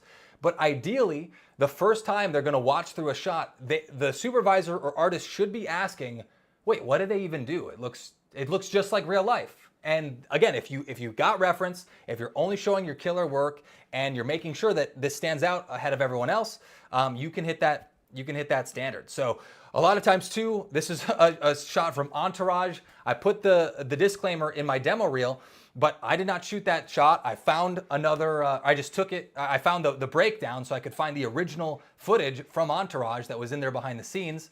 And I just did the visual effects shot again. I did it myself. Same with this shot from The Equalizer. And I made sure I was not hiding the fact that I did not make this for the studio. I came up from the beginning, disclaimer at the beginning and end of the demo reel, that, hey, I'm recreating this shot. It is not from the studio, but it was good enough to get me hired. And then I could prove that if you hire me, I can do this for you. It took all the risk out of the equation and just made it easy for them to say yes. And that's the entire goal of making a demo reel in the first place. Does that make sense? Is that cool? Hopefully that sheds some light on the process and makes it a little more obvious on what you need to do to get hired. And for any of you compositors out there, that is the entire process. So let's take a step back real quick. The harsh truth is that most juniors think that they are better than they are. And if it wasn't clear from the story I told you before, I was the same way. I thought I was much better than I was. I had I thought I had it, the perfect demo reel. I could send it out and I would land that first job, and I wasn't good enough. I just wasn't good enough. And I could scream at the sky and punch pillows and get angry, or I could say, hey, it's on me. It's on me to get better. I need to upgrade my skills and use that as an opportunity to prove that, you know what, I can do this. I can take no for an answer, and I'll earn that yes. I will earn that first job, because that's the real shortcut, is just solving problems. There is no one-click hack to landing that first job. But if you follow these exact steps, this is the same at every single studio, at every single job. So, whoa, I didn't realize either that I wasn't sharing my screen. So let's real quick, let's take a look at the demo reel that got me hired in the first place. This is my junior compositing reel. And again, we'll go through this one more time. The whole idea here was to show you and show the audience, hopefully give them the impression that the first time they watch a shot, that they don't know what I was doing. So in that first shot, I wanted to not be obvious what the visual effects shot was. So again, this is prepping markers off of an actress's face. Could be fairly tricky, but hopefully you just have no idea what the visual effects shot is. This is another example here with a green screen where I wanted it to just be seamless, so it's not even, you can't even tell in the first place. And because I only had 5 or 6 shots in this demo reel, I had to pad it out. I had to add visual effects breakdowns and help demonstrate what I'm doing in each shot, the methodology behind color grading each individual element, and actually showing how each visual effects shot was made. So again, here I was taking some shots from existing movies. I wanted to have my work look just like the movies these studios were working on. So I found different visual effects breakdowns, or in this case, I just found a visual effects shot and I added a matte painting into the background, just because, hey, it's a visual effects shot and hopefully it looks seamless. And even here, I found some visual effects breakdowns from other TV shows and other movies. This is from The Equalizer. And I literally just redid the visual effects shot from scratch myself at home and made disclaimers saying, hey, I was not on the team that made this original movie, but I found this behind the scenes breakdown and I wanted to see if I could make this look seamless and basically proved what I was setting out to do. So that is the whole process there. All right, so we went through this. The harsh truth is that most juniors think they are better than they are. And I definitely thought the same exact thing. I thought I was way better than I was, and that's why I applied. But it wasn't until I studied the competition that I was able to give myself a target and make sure, boom, my work is gonna be better than everyone else applying next to me. And that is what allowed me to land that first job. But there is one thing missing. One thing that will shortcut this experience, because a lot of us are self-taught. Again, I was completely self-taught. I went to film school, but I didn't go to visual effects school. I went to a generic film school that at the time was still teaching film instead of digital. So it was double whammy, not really what I needed to learn. So the real critical thing that every one of us needs is feedback. And that's the way that you're gonna jump ahead by months and years, is if you can get feedback from professionals in the field telling you what you're doing wrong and how to fix it, how to do it better. So I wanna help you get through that process even faster. So this last chapter here is how to network without any industry connections, how we can use LinkedIn, but importantly here, not spam on LinkedIn. Super important note, never, ever, ever spam on LinkedIn. I'm gonna say it one more time. Never spam on LinkedIn. The industry is so small that word gets around. It's so important. I had someone, when I was at ILM, they messaged me, hey, look man, it's so cool you're at ILM. Could you send my demo reel into the recruiter? As if I'm just gonna risk my own reputation on a complete stranger I've never met before and say, hey, I trust this guy, hire him. It's like, I don't know this guy, I don't trust him, so I was never gonna do that. And that's the case for everyone else out there. And, but critically, with this guy double messed up because he actually had one of my shots in his demo reel. So instead of getting the advantage by having me go to HR and say, hey, I'm recommending this guy, I went over to HR and said, hey, never hire this guy. He's literally taking other people's shots and claiming them as his own. So this is why it's so important. Don't shoot yourself in the foot. Don't spam on LinkedIn. It's only going to hurt you, but I will show you how to use LinkedIn the right way. The bottom line is you don't need to like hit up 500 different people on LinkedIn with the same exact message, the same copy pasted thing. And odds are if you do that, one of them, you're not gonna replace the first name correctly, and someone's gonna be able to tell that you copy and pasted it. And again, it's just gonna leave such a bad reputation for you. Because you don't need 500 people to get you a job. You literally just need one yes. And that's where we went through all of these different techniques and strategies.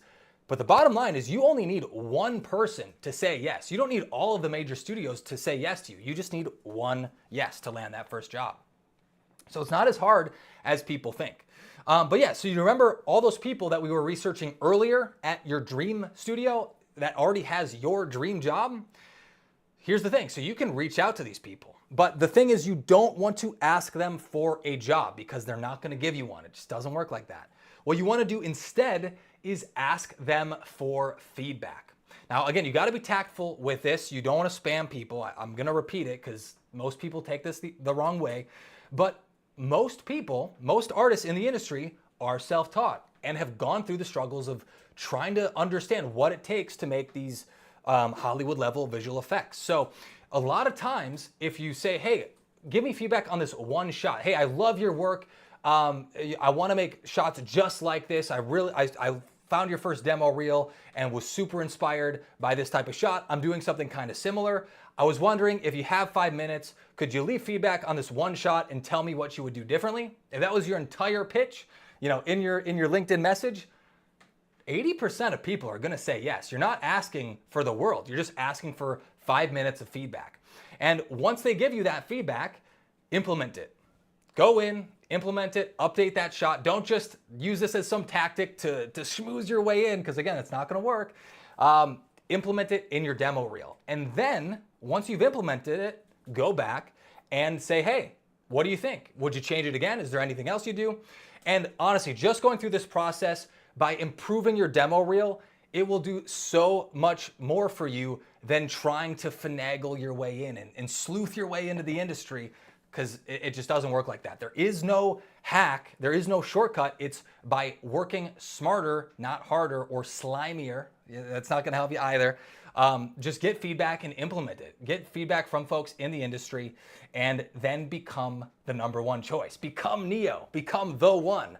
And that's really the only way to do it. And if you follow through that, and if you follow through the exact steps we went through today, it's just a matter of time. The only way to fail is to quit. If you follow the steps and just keep rinsing and repeating and improving your skills one shot at a time, as long as you don't quit, you will land that first job. Again, the only way people fail at this is they give up on themselves. They don't let the industry quit on them. They quit on themselves. So don't be those folks. If you're serious about this, if this is your dream, if you've wanted to work on movies and wanted to work on films, just keep at it. Like the dream's not going to die. So if your current reel isn't getting you hired, this is a good rule of thumb. If your current demo reel is not getting you hired, it needs to be better. It just does. That's the bottom line. Even if you've been in the industry for 3 years, if it's not getting you jobs right now, it needs to be better. Most people are coasting off of their demo reel from 2 or 3 years ago, but the only way to coast is downhill, for real. You only coast one way, and that is downhill. It's not uphill. You don't coast into better jobs. I don't believe in failing up. You'll see it with other people, but don't rely on that as a strategy. It doesn't work. So if you want to land your dream job, it must be as good or better than your dream studio. And I truly believe that I did not get hired at ILM until I had a demo reel that, if you compared it against some of their visual effects shots, that some of mine were better. That was my standard. And I really wasn't comfortable applying there until I was able to hit that standard. So there we go. So we covered a lot, right? Hopefully you guys have a ton of notes, a couple pages at least, or at least a few. Anyway, we'll go through everything. We'll recap everything here just to make sure that you have everything you need. Because the bottom line is, 95% of people that start on YouTube, they get excited, they go through an After Effects tutorial, they go through a donut tutorial. 95% of those people do not end up making it to working in the industry. And I want you to be in the 5%. You've already, you stuck around through this entire training so far. That means you're in the top 1%. You're in the few people that are taking this seriously and are ready to implement this. So here's what the 5% of people that do make it, here's what they do. They practice every single day. Now, I don't care if it's for 5 minutes or 5 hours or 15 hours. I really don't care. But I would implore all of you to make a commitment to practice every single day. It's like going to the gym. If this is your dream job, the least you can do is spend 5 to 10 minutes every single day working towards landing that gig. And this is why it's so important. Let's compare two different artists really quick. One artist does a little bit every single day, and the other artist only practices once every single week. There's 7 days in a week, so the artist that does it every single day is going to get that result 7 times faster than the artist that does this once per week. And that artist that does this once per week, it's going to take them 7 times longer. So if it takes one artist a year, it's going to take the other artist 7 years to achieve the same thing. So if you want to compress time frames, if you want to achieve what most people, it takes them 2 or 3 years to do, and you want to do it in 2 to 3 months, the one lever that you have that will increase your odds, increase your chances, and put them ahead of everyone else is to do this every single day. What I did in college is literally, it's a little bit crazy, but I visualized all the other competitors out there, if you couldn't tell already, and I was thinking, man, I bet there's someone out here who's putting in 4 hours a day, just like I am. You know what? I need to double it. I need to triple it, whatever it is. I was going crazy, and that is what allowed me to, break into the industry faster than most people, is because I was no-lifing it. I was the dude putting 12, 14 hours in every single day. I'm not suggesting that. I guess I'm only suggesting it for the people that want to really do this in a very short amount of time. But again, there's no shortcut. It takes the reps, it takes practice. You got to build up these skills shot by shot by shot. So the least you can do is make that commitment, do it once per day. And if you guys are interested, the exercise that I would implore all of you to do, again, and put this in the chat right now, is I know you guys have the time. You're already here for an hour, hour and a half. I don't know how long we are so far. Almost at an hour and a half. You guys have the time, clearly. You just need to make this a priority. Prioritize it above other things and cut out the things that don't matter. Remove the things that don't matter from your life. Again, if this is the dream job, if you want to make it in film, if you want to make it in visual effects, you want to be that person, the first person in your family to be in the credits, to make a living making movies, and to me, it's the most fun job in the world. I literally can't imagine anything else. You got to prioritize it. It's got to be a priority, and some days it's going to feel like work. A lot of days is going to feel like fun. But the one exercise I would ask all of you to do right now, and put this in the comments, is let's make a commitment. Like what time in your day do you have to spend 30 minutes or an hour to practice visual effects, to practice for that dream job? Is it before work? Is it after work? Is it at lunch? Is it when the kids have gone to bed? Is it before the kids wake up? Is it on the weekend and you do 8 hours on the weekend instead of 30 minutes a day? What is going to be the time in your schedule that you can actually commit to practicing every single day, or making, again, you can really load up the weekends if that's the only time you have. But I think it's so important to right now, while we're here together, is figure out that time that you have, because otherwise 2 weeks from now, 4 weeks from now, okay, that was a great little presentation. Hey, I learned some information. I learned some facts about applying to jobs and landing a first job, but you're not going to actually be closer unless you put in the work, you get the skills, you learn the software, and you actually practice. You get better, you become a better artist, you become a more valuable artist because you become better at problem solving by putting in the work. So, super important. If you could, what time in the day can you dedicate to yourself? You're really just making a commitment to yourself. Let's see it in the chat. We're saying after lunch, in the AM when you're awake. Red Mecca 1 hour after work. VFX before sleeping. That's awesome, man.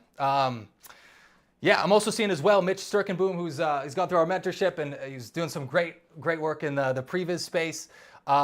He's a dude who's been in the industry.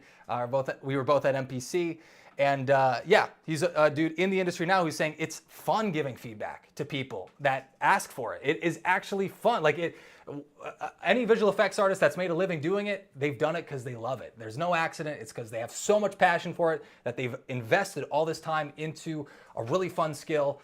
And a lot of them, most 80%, I would estimate, want to give back, want to actually help people that are trying to do the same thing. So again, just to give this, to make this a little bit more clear, how many of you guys watch Netflix? How many of you are watching 2 hours of Netflix after work? Or God forbid, I hate looking at this. If you check your screen time on your phone, I guarantee you got time in the day to pour into yourself instead of looking at other people's work and watching other people succeed instead of yourself. So would highly recommend it. There are hundreds of people working on these Netflix shows that you're seeing. If you waited around to the credits and don't skip to the next episode, you'd be able to see hundreds and hundreds of artists in all these different departments who are bringing these shows and bringing these movies to life. And there's nothing cooler than that being you, and that literally being you, waiting until the end and being like, seeing your shot come to life on the big screen or showing up in your living room for the first time live on Netflix and be like, man, we made that, us as a team, and being a part of that crew, bring your own ideas to life, putting it in real TV shows and real movies, and yeah, seeing that the credits roll at the end. I never personally cared too much about the credits, but funny enough, whenever I go back home, that's the one thing people mention is like, oh yeah, I stayed till the end, I saw you in the credits, and I'm like, oh, but did you see that sequence? Like, look how cool that was, and they're like, oh yeah, that's cool. They're more impressed by the credits. It always cracks me up. I'm like, I care way more about the actual art, and anyway, it's just interesting. So, so what do you do next? We went through a lot, like I said. We went pretty fast. I hope you have some notes here.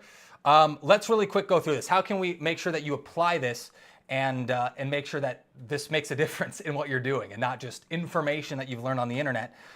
This is what how I break this down on how I make sure that I'm actually getting better after long trainings and after I go through courses or just long YouTube videos and stuff like that.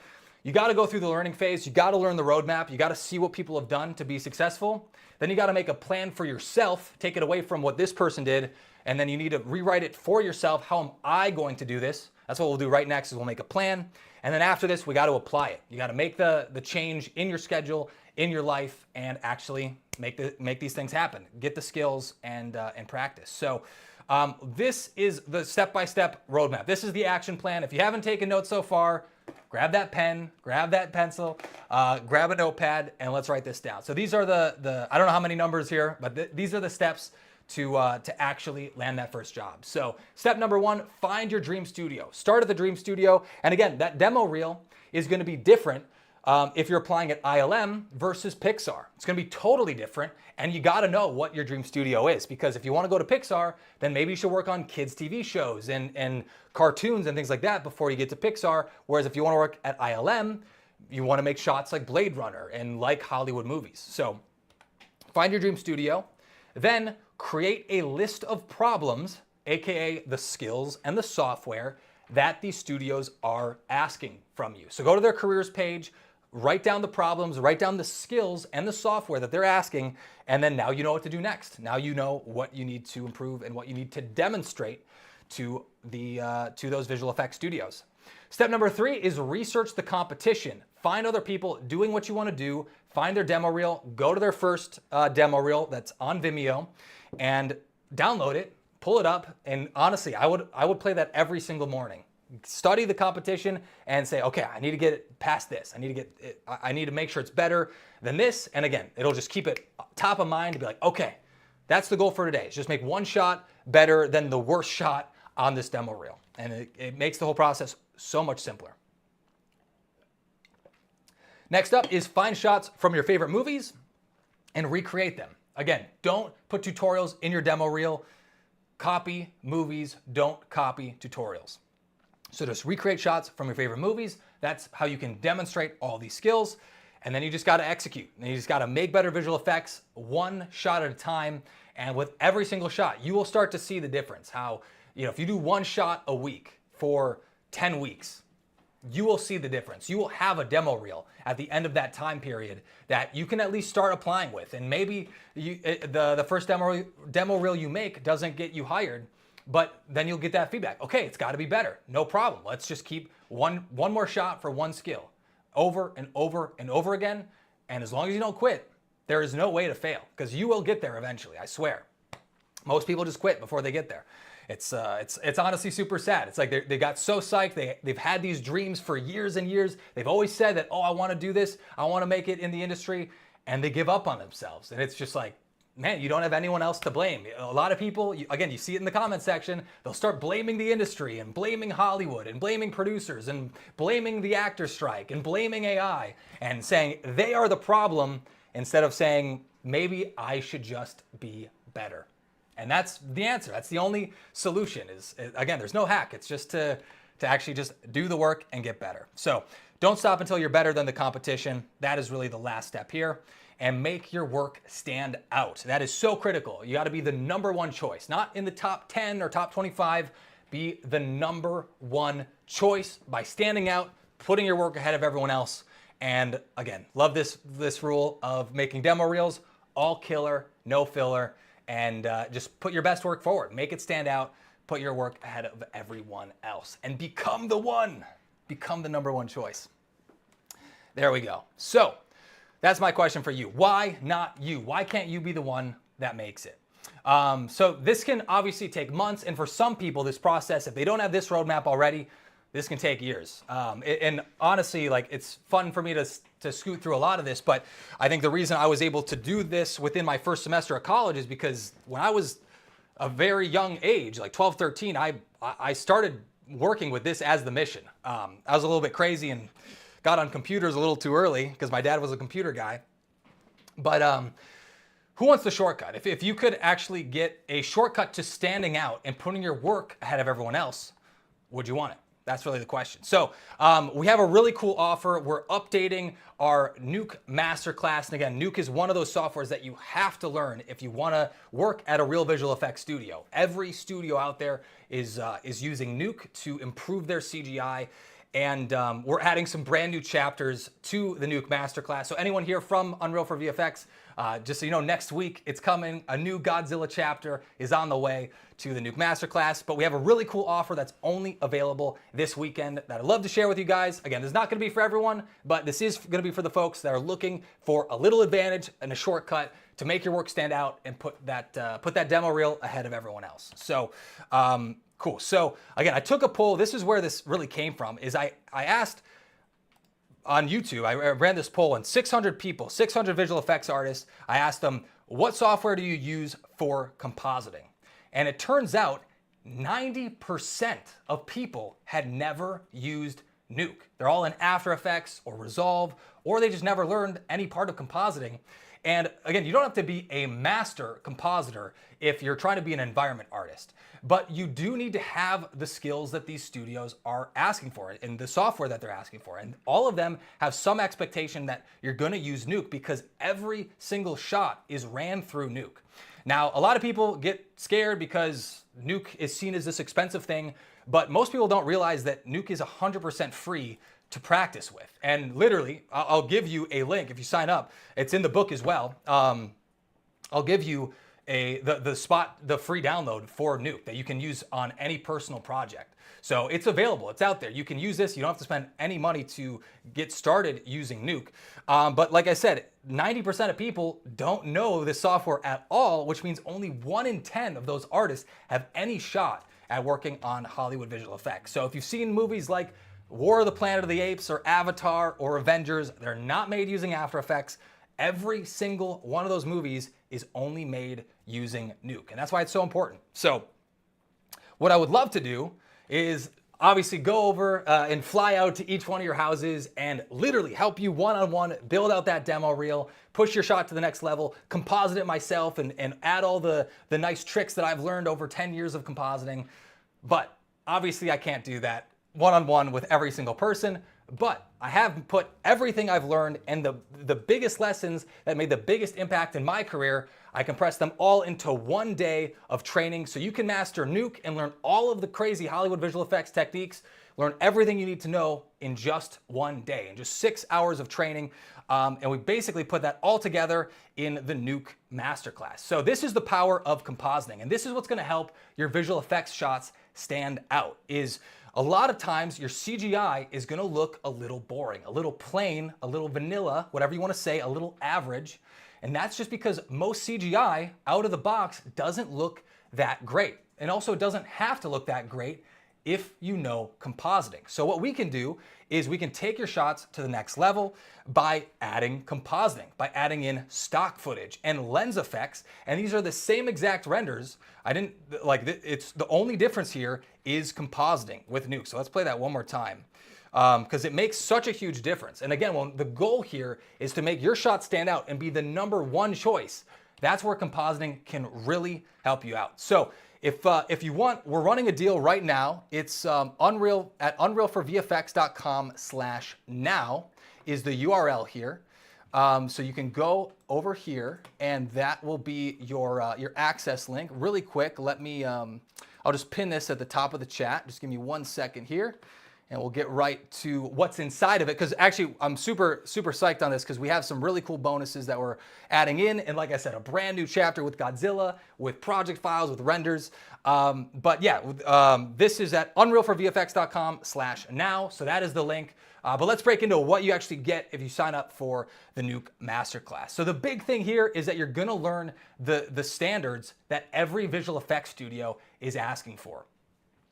Because we're going to show you how to take your shots from video game graphics, which a lot of CGI renders do, and we'll show you how to composite them using Nuke. And basically, this is going to be my playbook for creating cinematic renders every single time. We have 3 example projects and renders and free stock footage all included from this Mr. Freeze project that I created. So you'll get the exact project files, you'll get renders that you can pull up right away on day 1. So if you sign up, you don't have to make your own CGI to participate. You can literally start with the project files that we've included here, and I will teach you all of the techniques, and you can do them in this isolated environment. So you can go and take these techniques, take these ideas and apply them to your own shots to make them stand out. So we got some free stock footage included. We have these renders included again, so you can just jump right into the fun part. The project files are included. And that is the Nuke, that's where we started. This is the original training. Again, it's 6 hours. It's meant to just go over the most high impact ideas, go through everything in 1 single day of training. So you're not spending 2 weeks going through this training. I don't think that's gonna help you either. I wanna teach you the most impactful things in the shortest amount of time. Normally this is $249, but just for this week, going into Sunday night at 11:59, it's $100 off, so you can get it for $149 instead of $249, and it's backed up by a 30-day money-back guarantee. So I know a lot of people are skeptical of courses, and rightfully so. There is a lot of average stuff out there and a lot of things that aren't worth it, but at Unreal for VFX, I'm never gonna teach you something that I haven't actually done at a visual effects studio myself. So these are the techniques that work. They're the techniques that visual effects studios are looking for, and you can jump right into learning them in a single day, even if you're a complete beginner. So this is assuming you know nothing about Nuke, and we're gonna take you from someone who doesn't know the software that these studios are asking for to being VFX studio ready. This expires Sunday night, so you can check out that link in the chat right there, or go to unrealforvfx.com/now. That is the link there. And again, 10 years of all of the lessons I've learned throughout all these crazy movies, distilled into 1 day of training. And really, I went through and thought, what are the things that I wish I knew from the beginning? What are the things that would have set me apart, and the techniques that are really going to push your shots ahead of everyone else and make it simple? So we've had folks that have gone through this training. Some people, like Howard Gersh right here. Howard literally worked on Star Wars Episode 3. He is one of the OGs in the VFX industry. He signed up for the live class. He joined me live when we first went through this training. And he said, after he went through the class, he said, I've used Nuke in production, but his shots would have truly benefited from all the cool nuggets that he learned in this masterclass. So this is someone that worked at ILM, worked on Star Wars, and to me, this was just just the coolest thing to me because I grew up watching Star Wars Episode 3 over and over and watching the behind the scenes and trying to learn from the greats. And I feel like I'm still a student of the game, always trying to learn new tricks. And we're able to, teach someone who's been in the industry for 20 years some new techniques that can improve his visual effects. We've also taught people who are complete beginners, people who have never done this before, like Jean-Denis Vaguet. He came in knowing nothing about compositing. He just knew the basics of Unreal and was able to get up to speed. Said it was packed with insights. So this is the Nuke Masterclass, but I'm also gonna throw in some really cool bonuses. So not only will you get the project files and the training and the Nuke scripts and free stock footage that you can drop right in and get started with, will also help you make your work stand out even if you're a complete beginner. So one of my favorite tools I've ever created at Unreal for VFX is the one-click compositing template. This basically distills all of the techniques that I apply to every single visual effects shot at a Hollywood studio, and it gives you all of those tools in a single gizmo. A gizmo is what they call a single node inside of Nuke. So basically, you press one button and then you have a couple sliders that help you fine tune all of the imperfections of a camera lens, the things that add diffusion and chromatic aberration, but we're not doing it like the amateurs, we're doing it like the pros. So literally in one click, it's basically like having me go over to your house and composite your shots for real. And this is the exact same template I use on my professional work, on my freelance work. It's literally the same exact node I use every single time. So if you've seen any projects on my channel, like the Godzilla project, the Dune project, or War of Being, which is the samurai sword fight we made for Tesseract, they've all gone through the same exact template. It's the same one I'm using, and you can literally download it right after you sign up and use it to get rid of the video game stink from your renders and take your shots to the next level. So that is the one-click template. It's one of my favorites out there, and we could easily package this up and charge you an arm and a leg just for this single template, because again, this is literally the secret behind all of the best visual effects shots that I've made on my channel. But again, this is only gonna be $149, $100 off over this weekend if you wanna sign up. And again, that URL is unrealforvfx.com/now. But we also have a couple other cool bonuses. So again, one of the hardest things is getting feedback from folks in the industry and finding other people that you can meet together with to start making personal projects and start gaining experience of working on a team, working with other people, the exact things that people are asking for at a visual effects studio. So yeah, basically you can go onto Discord, our private Discord here, and we literally have a channel dedicated to giving you feedback. Every Wednesday, I try to go through and address anyone's feedback or any renders that they have throughout the week and give you notes, give you any opinions. You can ask really specific things, or you can ask for, broad advice, but this is a private community. This is not public to everyone else. And the whole point is that we want to keep this really tight, or this is really just for the people that are looking to break into the industry or are already in the industry, folks like Mitch, who are in here to help people get there faster and get feedback on their shots and find other people just like you trying to do the same thing. So you can get feedback from industry pros. And again, this is not for any extra bonus. We could put this together in some super elite private community, but if you sign up, you'll get free access to that private Discord community. We got one more thing though, and this is actually the thing I'm most excited for, and that is a brand new chapter coming to the Nuke Masterclass, and that is the Godzilla chapter. We're basically going through 2 new hours of training that are coming next week to show you exactly how I took these Unreal renders and improve them to add the Hollywood visual effects look, and how you can do the same thing on your own. So not only is this the techniques, but you'll also get the exact same renders. I packaged up all the renders that I've had. We'll give you 3 shots that you can follow along with and apply this yourself. And it's funny because I'm in the middle of editing this. It's literally just about to get released. We got the project files all together. Yeah, just super excited because I'm going through the Hollywood visual effects framework. That's the main lesson that I go through in this chapter to really demystify what could be a complex process And the way that I look at Hollywood compositing and what all the big visual effects studios do, because every visual effects studio goes through the same process, is that you're not inventing brand new visual effects techniques every single time to improve your shots.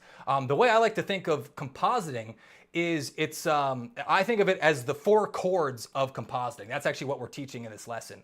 And why I call it the 4 chords of compositing is that you've probably heard of the idea that every pop song is played with the same 4 chords, right? Every song you've heard is the same 4 chords. And I think visual effects is the same way. We're not inventing brand new chords.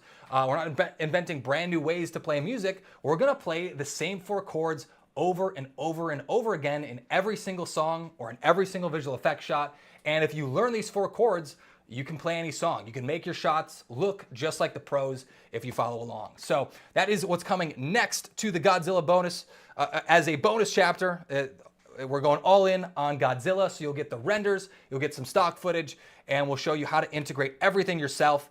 And it's literally for no extra charge. So if you sign up now at unrealforvfx.com/now, you'll get $100 off the normal price, and you'll get the free Godzilla chapter. So we are gonna raise the price up once this Godzilla chapter goes live. So right now it's like $249 is the normal price.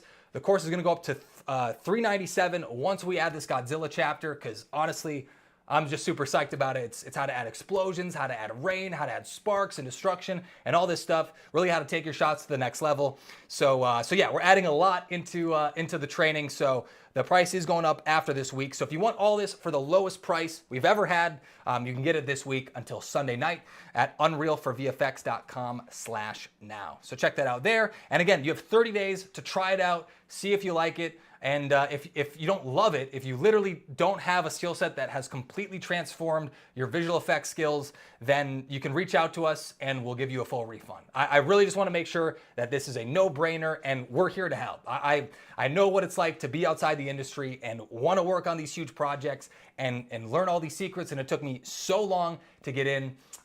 So yeah, super excited to announce the new chapter coming next week. And yeah, super excited about this, about the discount running now. So again, this is the best chance to try out the training, get in, get access, get it yourself, and let me know what you think.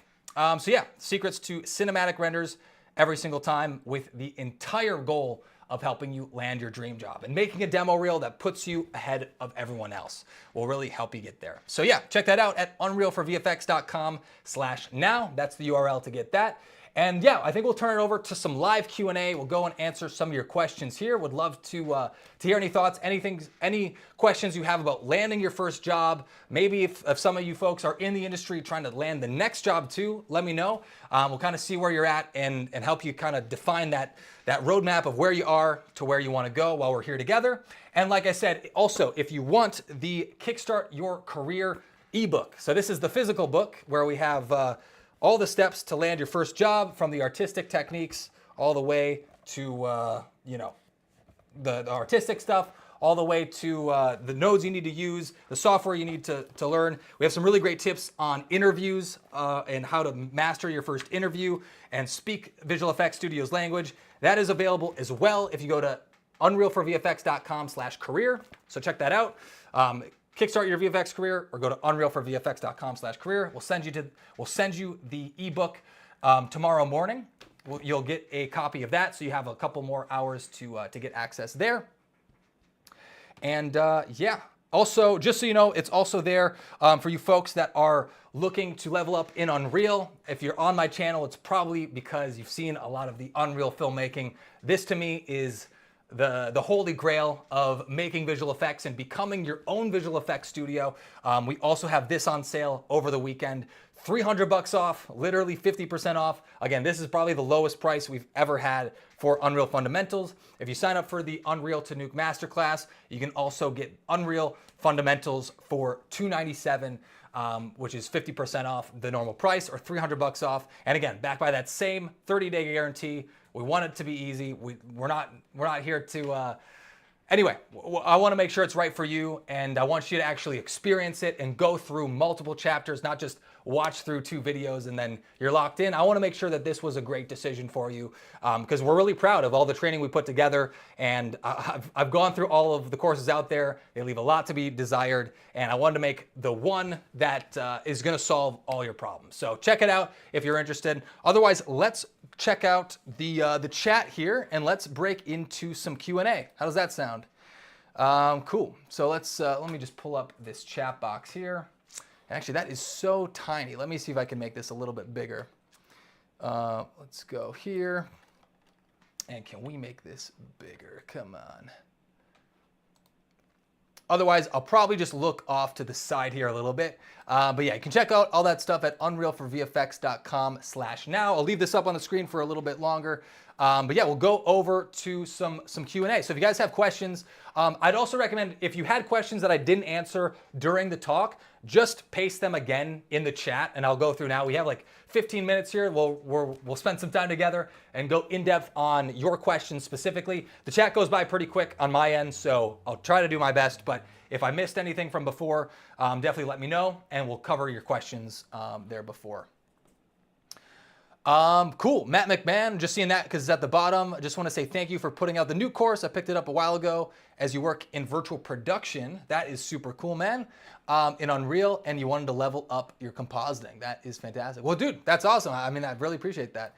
Can you talk about your experience on set with Avatar virtual production? Yeah, let me think about what is the most meaningful stuff to share from Avatar. But yeah, if you guys didn't know, I worked on set for Avatar: The Last Airbender. That was the Netflix show, the Netflix live action version of it. And yeah, we went through so many environments. The virtual production was super extensive on that show, and it was super cool because basically we got to be right there on set, talking with the director of photography, with the DP and the director, and really helping bring their vision to life. And what we did on set, funny enough, I actually started to call it live compositing because we're in Unreal Engine, and if you've seen The Mandalorian as well, actually let me pull up a shot from this just so I can show you guys exactly what it looked like, because we have a little bit of footage from being on set there. So yeah, this was actually us on set on Avatar: The Last Airbender. There with some folks from the cast. But yeah, so yeah, we were basically there on set running the video wall. So if you guys have seen The Mandalorian, it's the same idea where we have an LED wall completely surrounding the background, and we're taking these 3D environments and making them look real. But funny enough, what we ended up doing on set each day, I started to call that process live compositing, because at that point we had our CG background. You can't change the background drastically. You have to do a lot of prep work to make sure that it performs and that it's running at 48 frames per second. Those environments have to run extremely fast so that there's no stuttering, there's no possibility of an error going on. So you can't completely change the environment on the day, but what you can do is live compositing. So again, what we would do is we would add in a couple new lights. We would add in what they called color correct regions, so we could color grade the background and make sure that the CGI background perfectly matched the foreground. We could also add in particle effects like different fires and smoke and atmosphere and dust and things like that, so you can match the dust on the foreground to the background.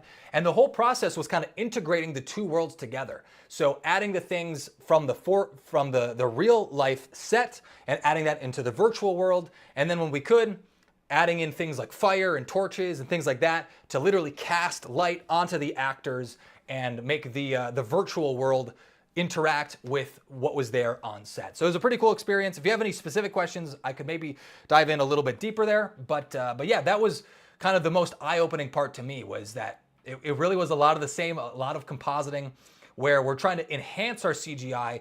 We're not trying to literally change everything about it. We're just trying to make it look even more realistic. Well, cool. And by the way, why 48 frames per second and not 24?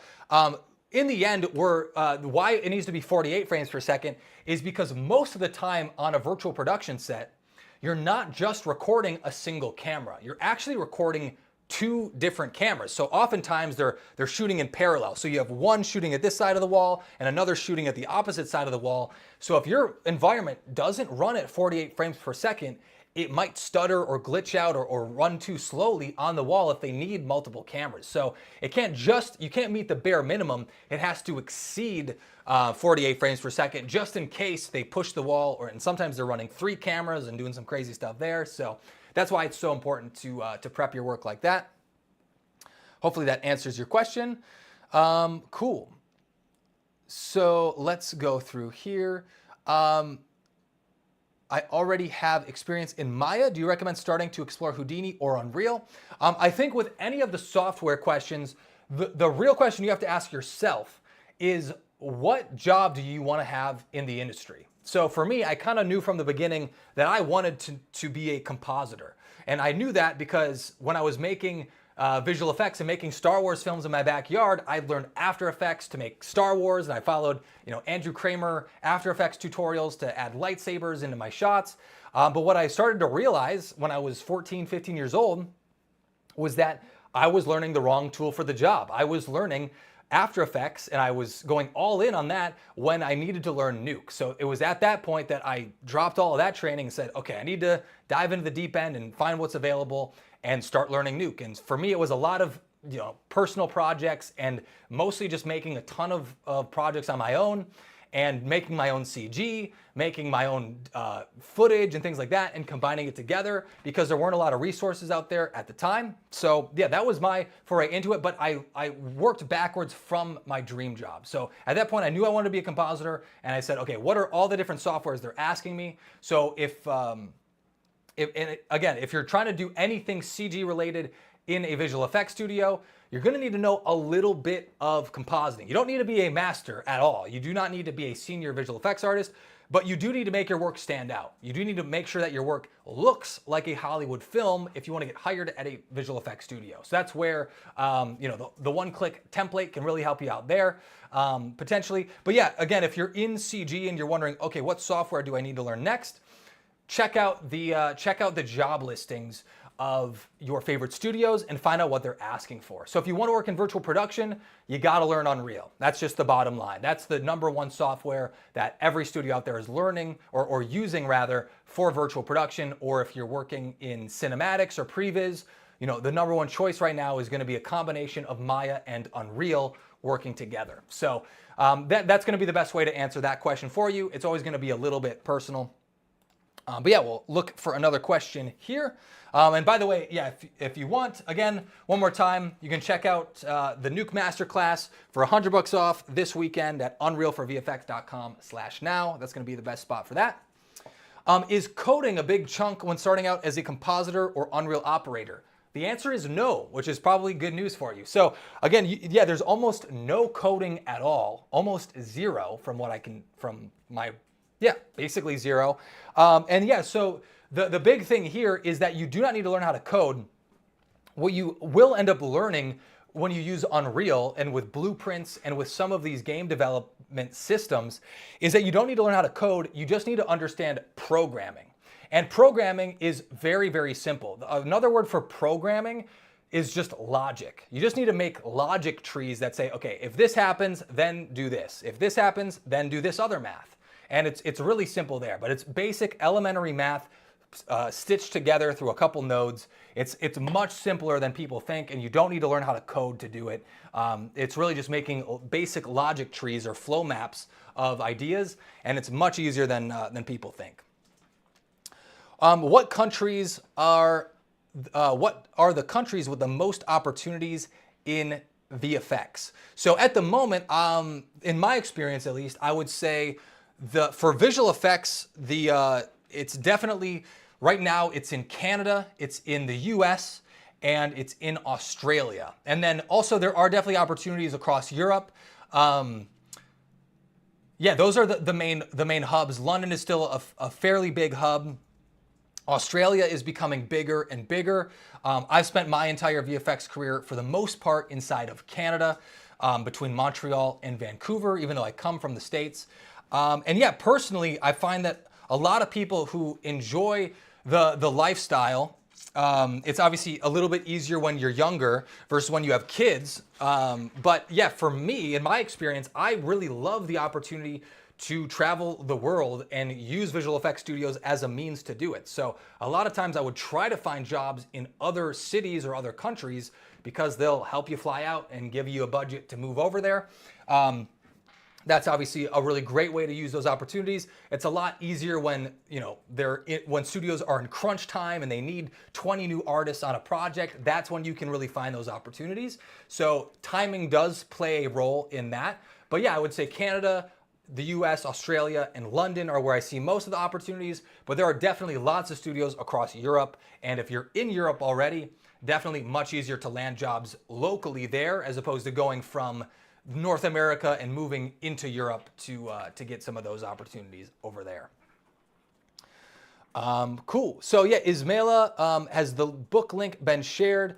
Actually, yeah, let me also put this in here. So unrealforvfx.com/pro ebook. This is the link. So I will send this to you folks via email. So if you want to sign up at the careers page, that's going to be the best spot for that.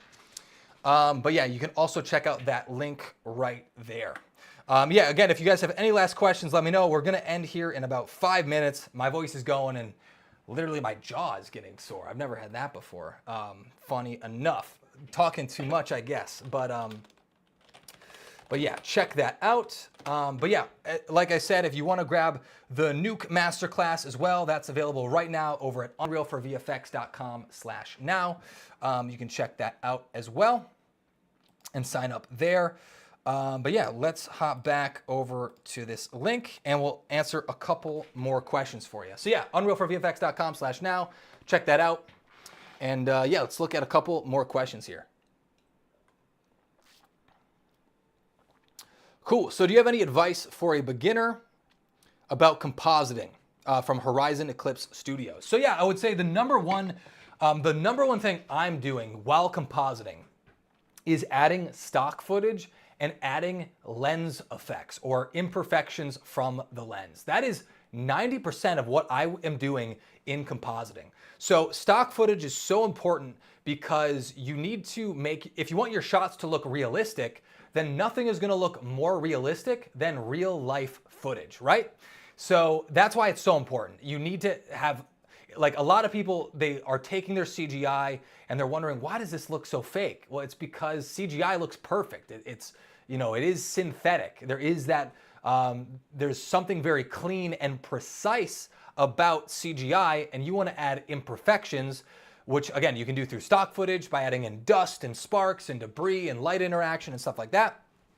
And then on the other side, you're going to add lens imperfections. And that's basically what we do with the one-click template. It's my one-click solution to adding in lens effects and lens imperfections just like I would on a Hollywood film. So that is my recipe there. Again, it's the same one I use on all my projects.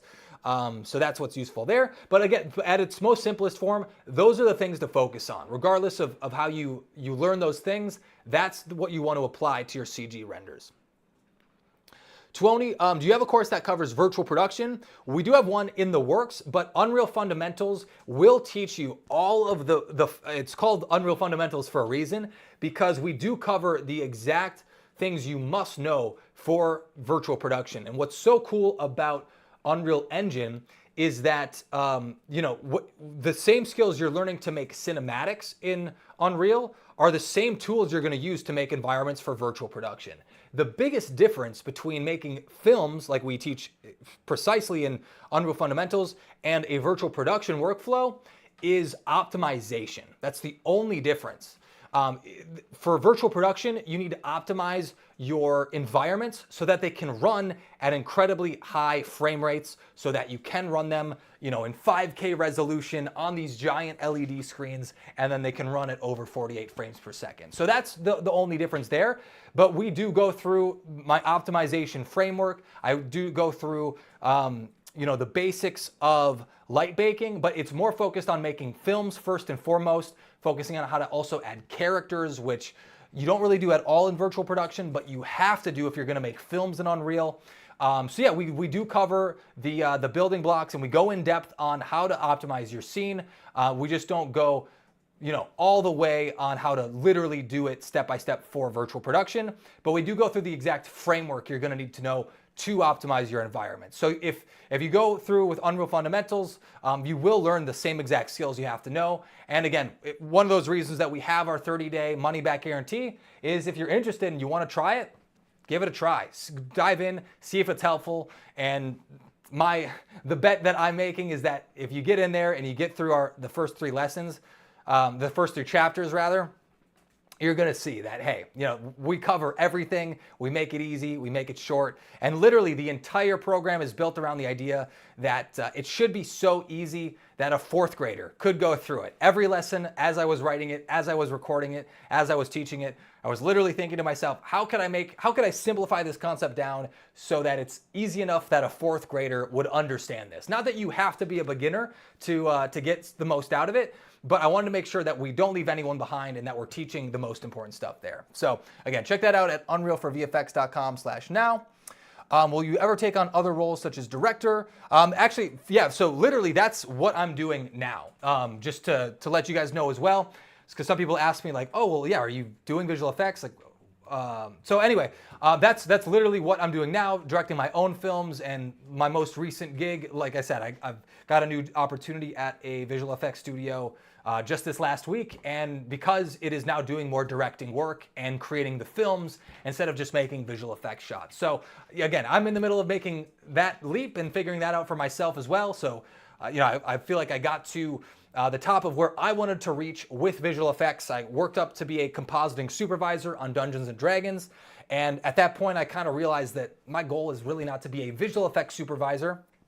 There's a lot of not so fun things that go along with that. And you're no longer working on the visual effects shots when you're a supervisor. So I kind of realized that the fun parts that I enjoy the most at a studio were going to be taken away if I kept climbing that ladder. So instead of just climbing that ladder aimlessly, to me it had made more sense to climb a new ladder with directing and filmmaking, and that's kind of the next journey now. So cool. If there's any new questions there, let me know. Did you manually rig Godzilla or was it automatically done with the new features? Great question. Yeah, so we hired a rigging artist to rig Godzilla. So again, for the Nuke Masterclass, the rig is not there, but the renders are there. So you can literally take the exact renders that I used and plop them into Nuke, and I show you exactly what I did step by step and how you can, and we're really focusing on the techniques that you can take onto your future shots and apply in your own demo reel. But we will use that as a great example project so you can work on some fun shots, work on some Godzilla visual effects from the get-go. And do it that way. So cool. So sorry, I meant that I should start my own project to start. Do you think I can start my own project? From Dan Mirix. I think that's the question there. Yeah, I mean, I don't see why not. Again, so Unreal Fundamentals is really going to show you how to make your own 3D scenes. And the Nuke Masterclass is going to show you how to take 3D renders and upgrade them to be Visual Effects Studio ready. So teach you the software to be VFX Studio ready and teach you the skills that Visual Effects Studios are looking for artistically, how to do that inside of Nuke. But yeah, if you're looking to make your own 3D projects, absolutely, I think you can. We'll help you out at Unreal Fundamentals. Otherwise, download Unreal and just get started. But cool, I think that's going to be it for today. I'm pretty beat. So yeah, appreciate you guys sticking around. Like I said, you can check out unrealforvfx.com/now to grab the Nuke Masterclass for our lowest price ever before it goes up next week once we add the Godzilla training officially. So if you sign up this week, you will get access to it when it goes live next week. You'll be locked in at this low price and you'll get all the future updates.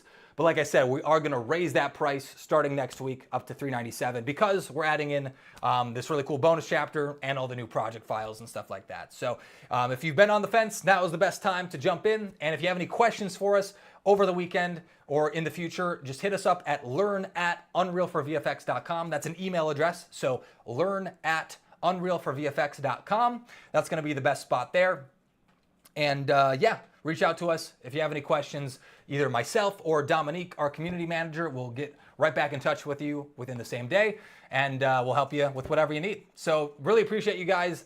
thanks so much for hanging out with me today. I hope you guys learned something new that you can immediately apply. And again, there's no use in just learning this information. You got to take action. You got to apply it. And hopefully you guys have now gotten in the mindset of you got to practice a little bit every single day. So hope this helps. And again, check out unrealforvfx.com/now between now and Sunday, and we'll help you build that demo reel, help you get that VFX studio dream job. So really appreciate it, and we'll see you guys next time. Take it easy. See ya.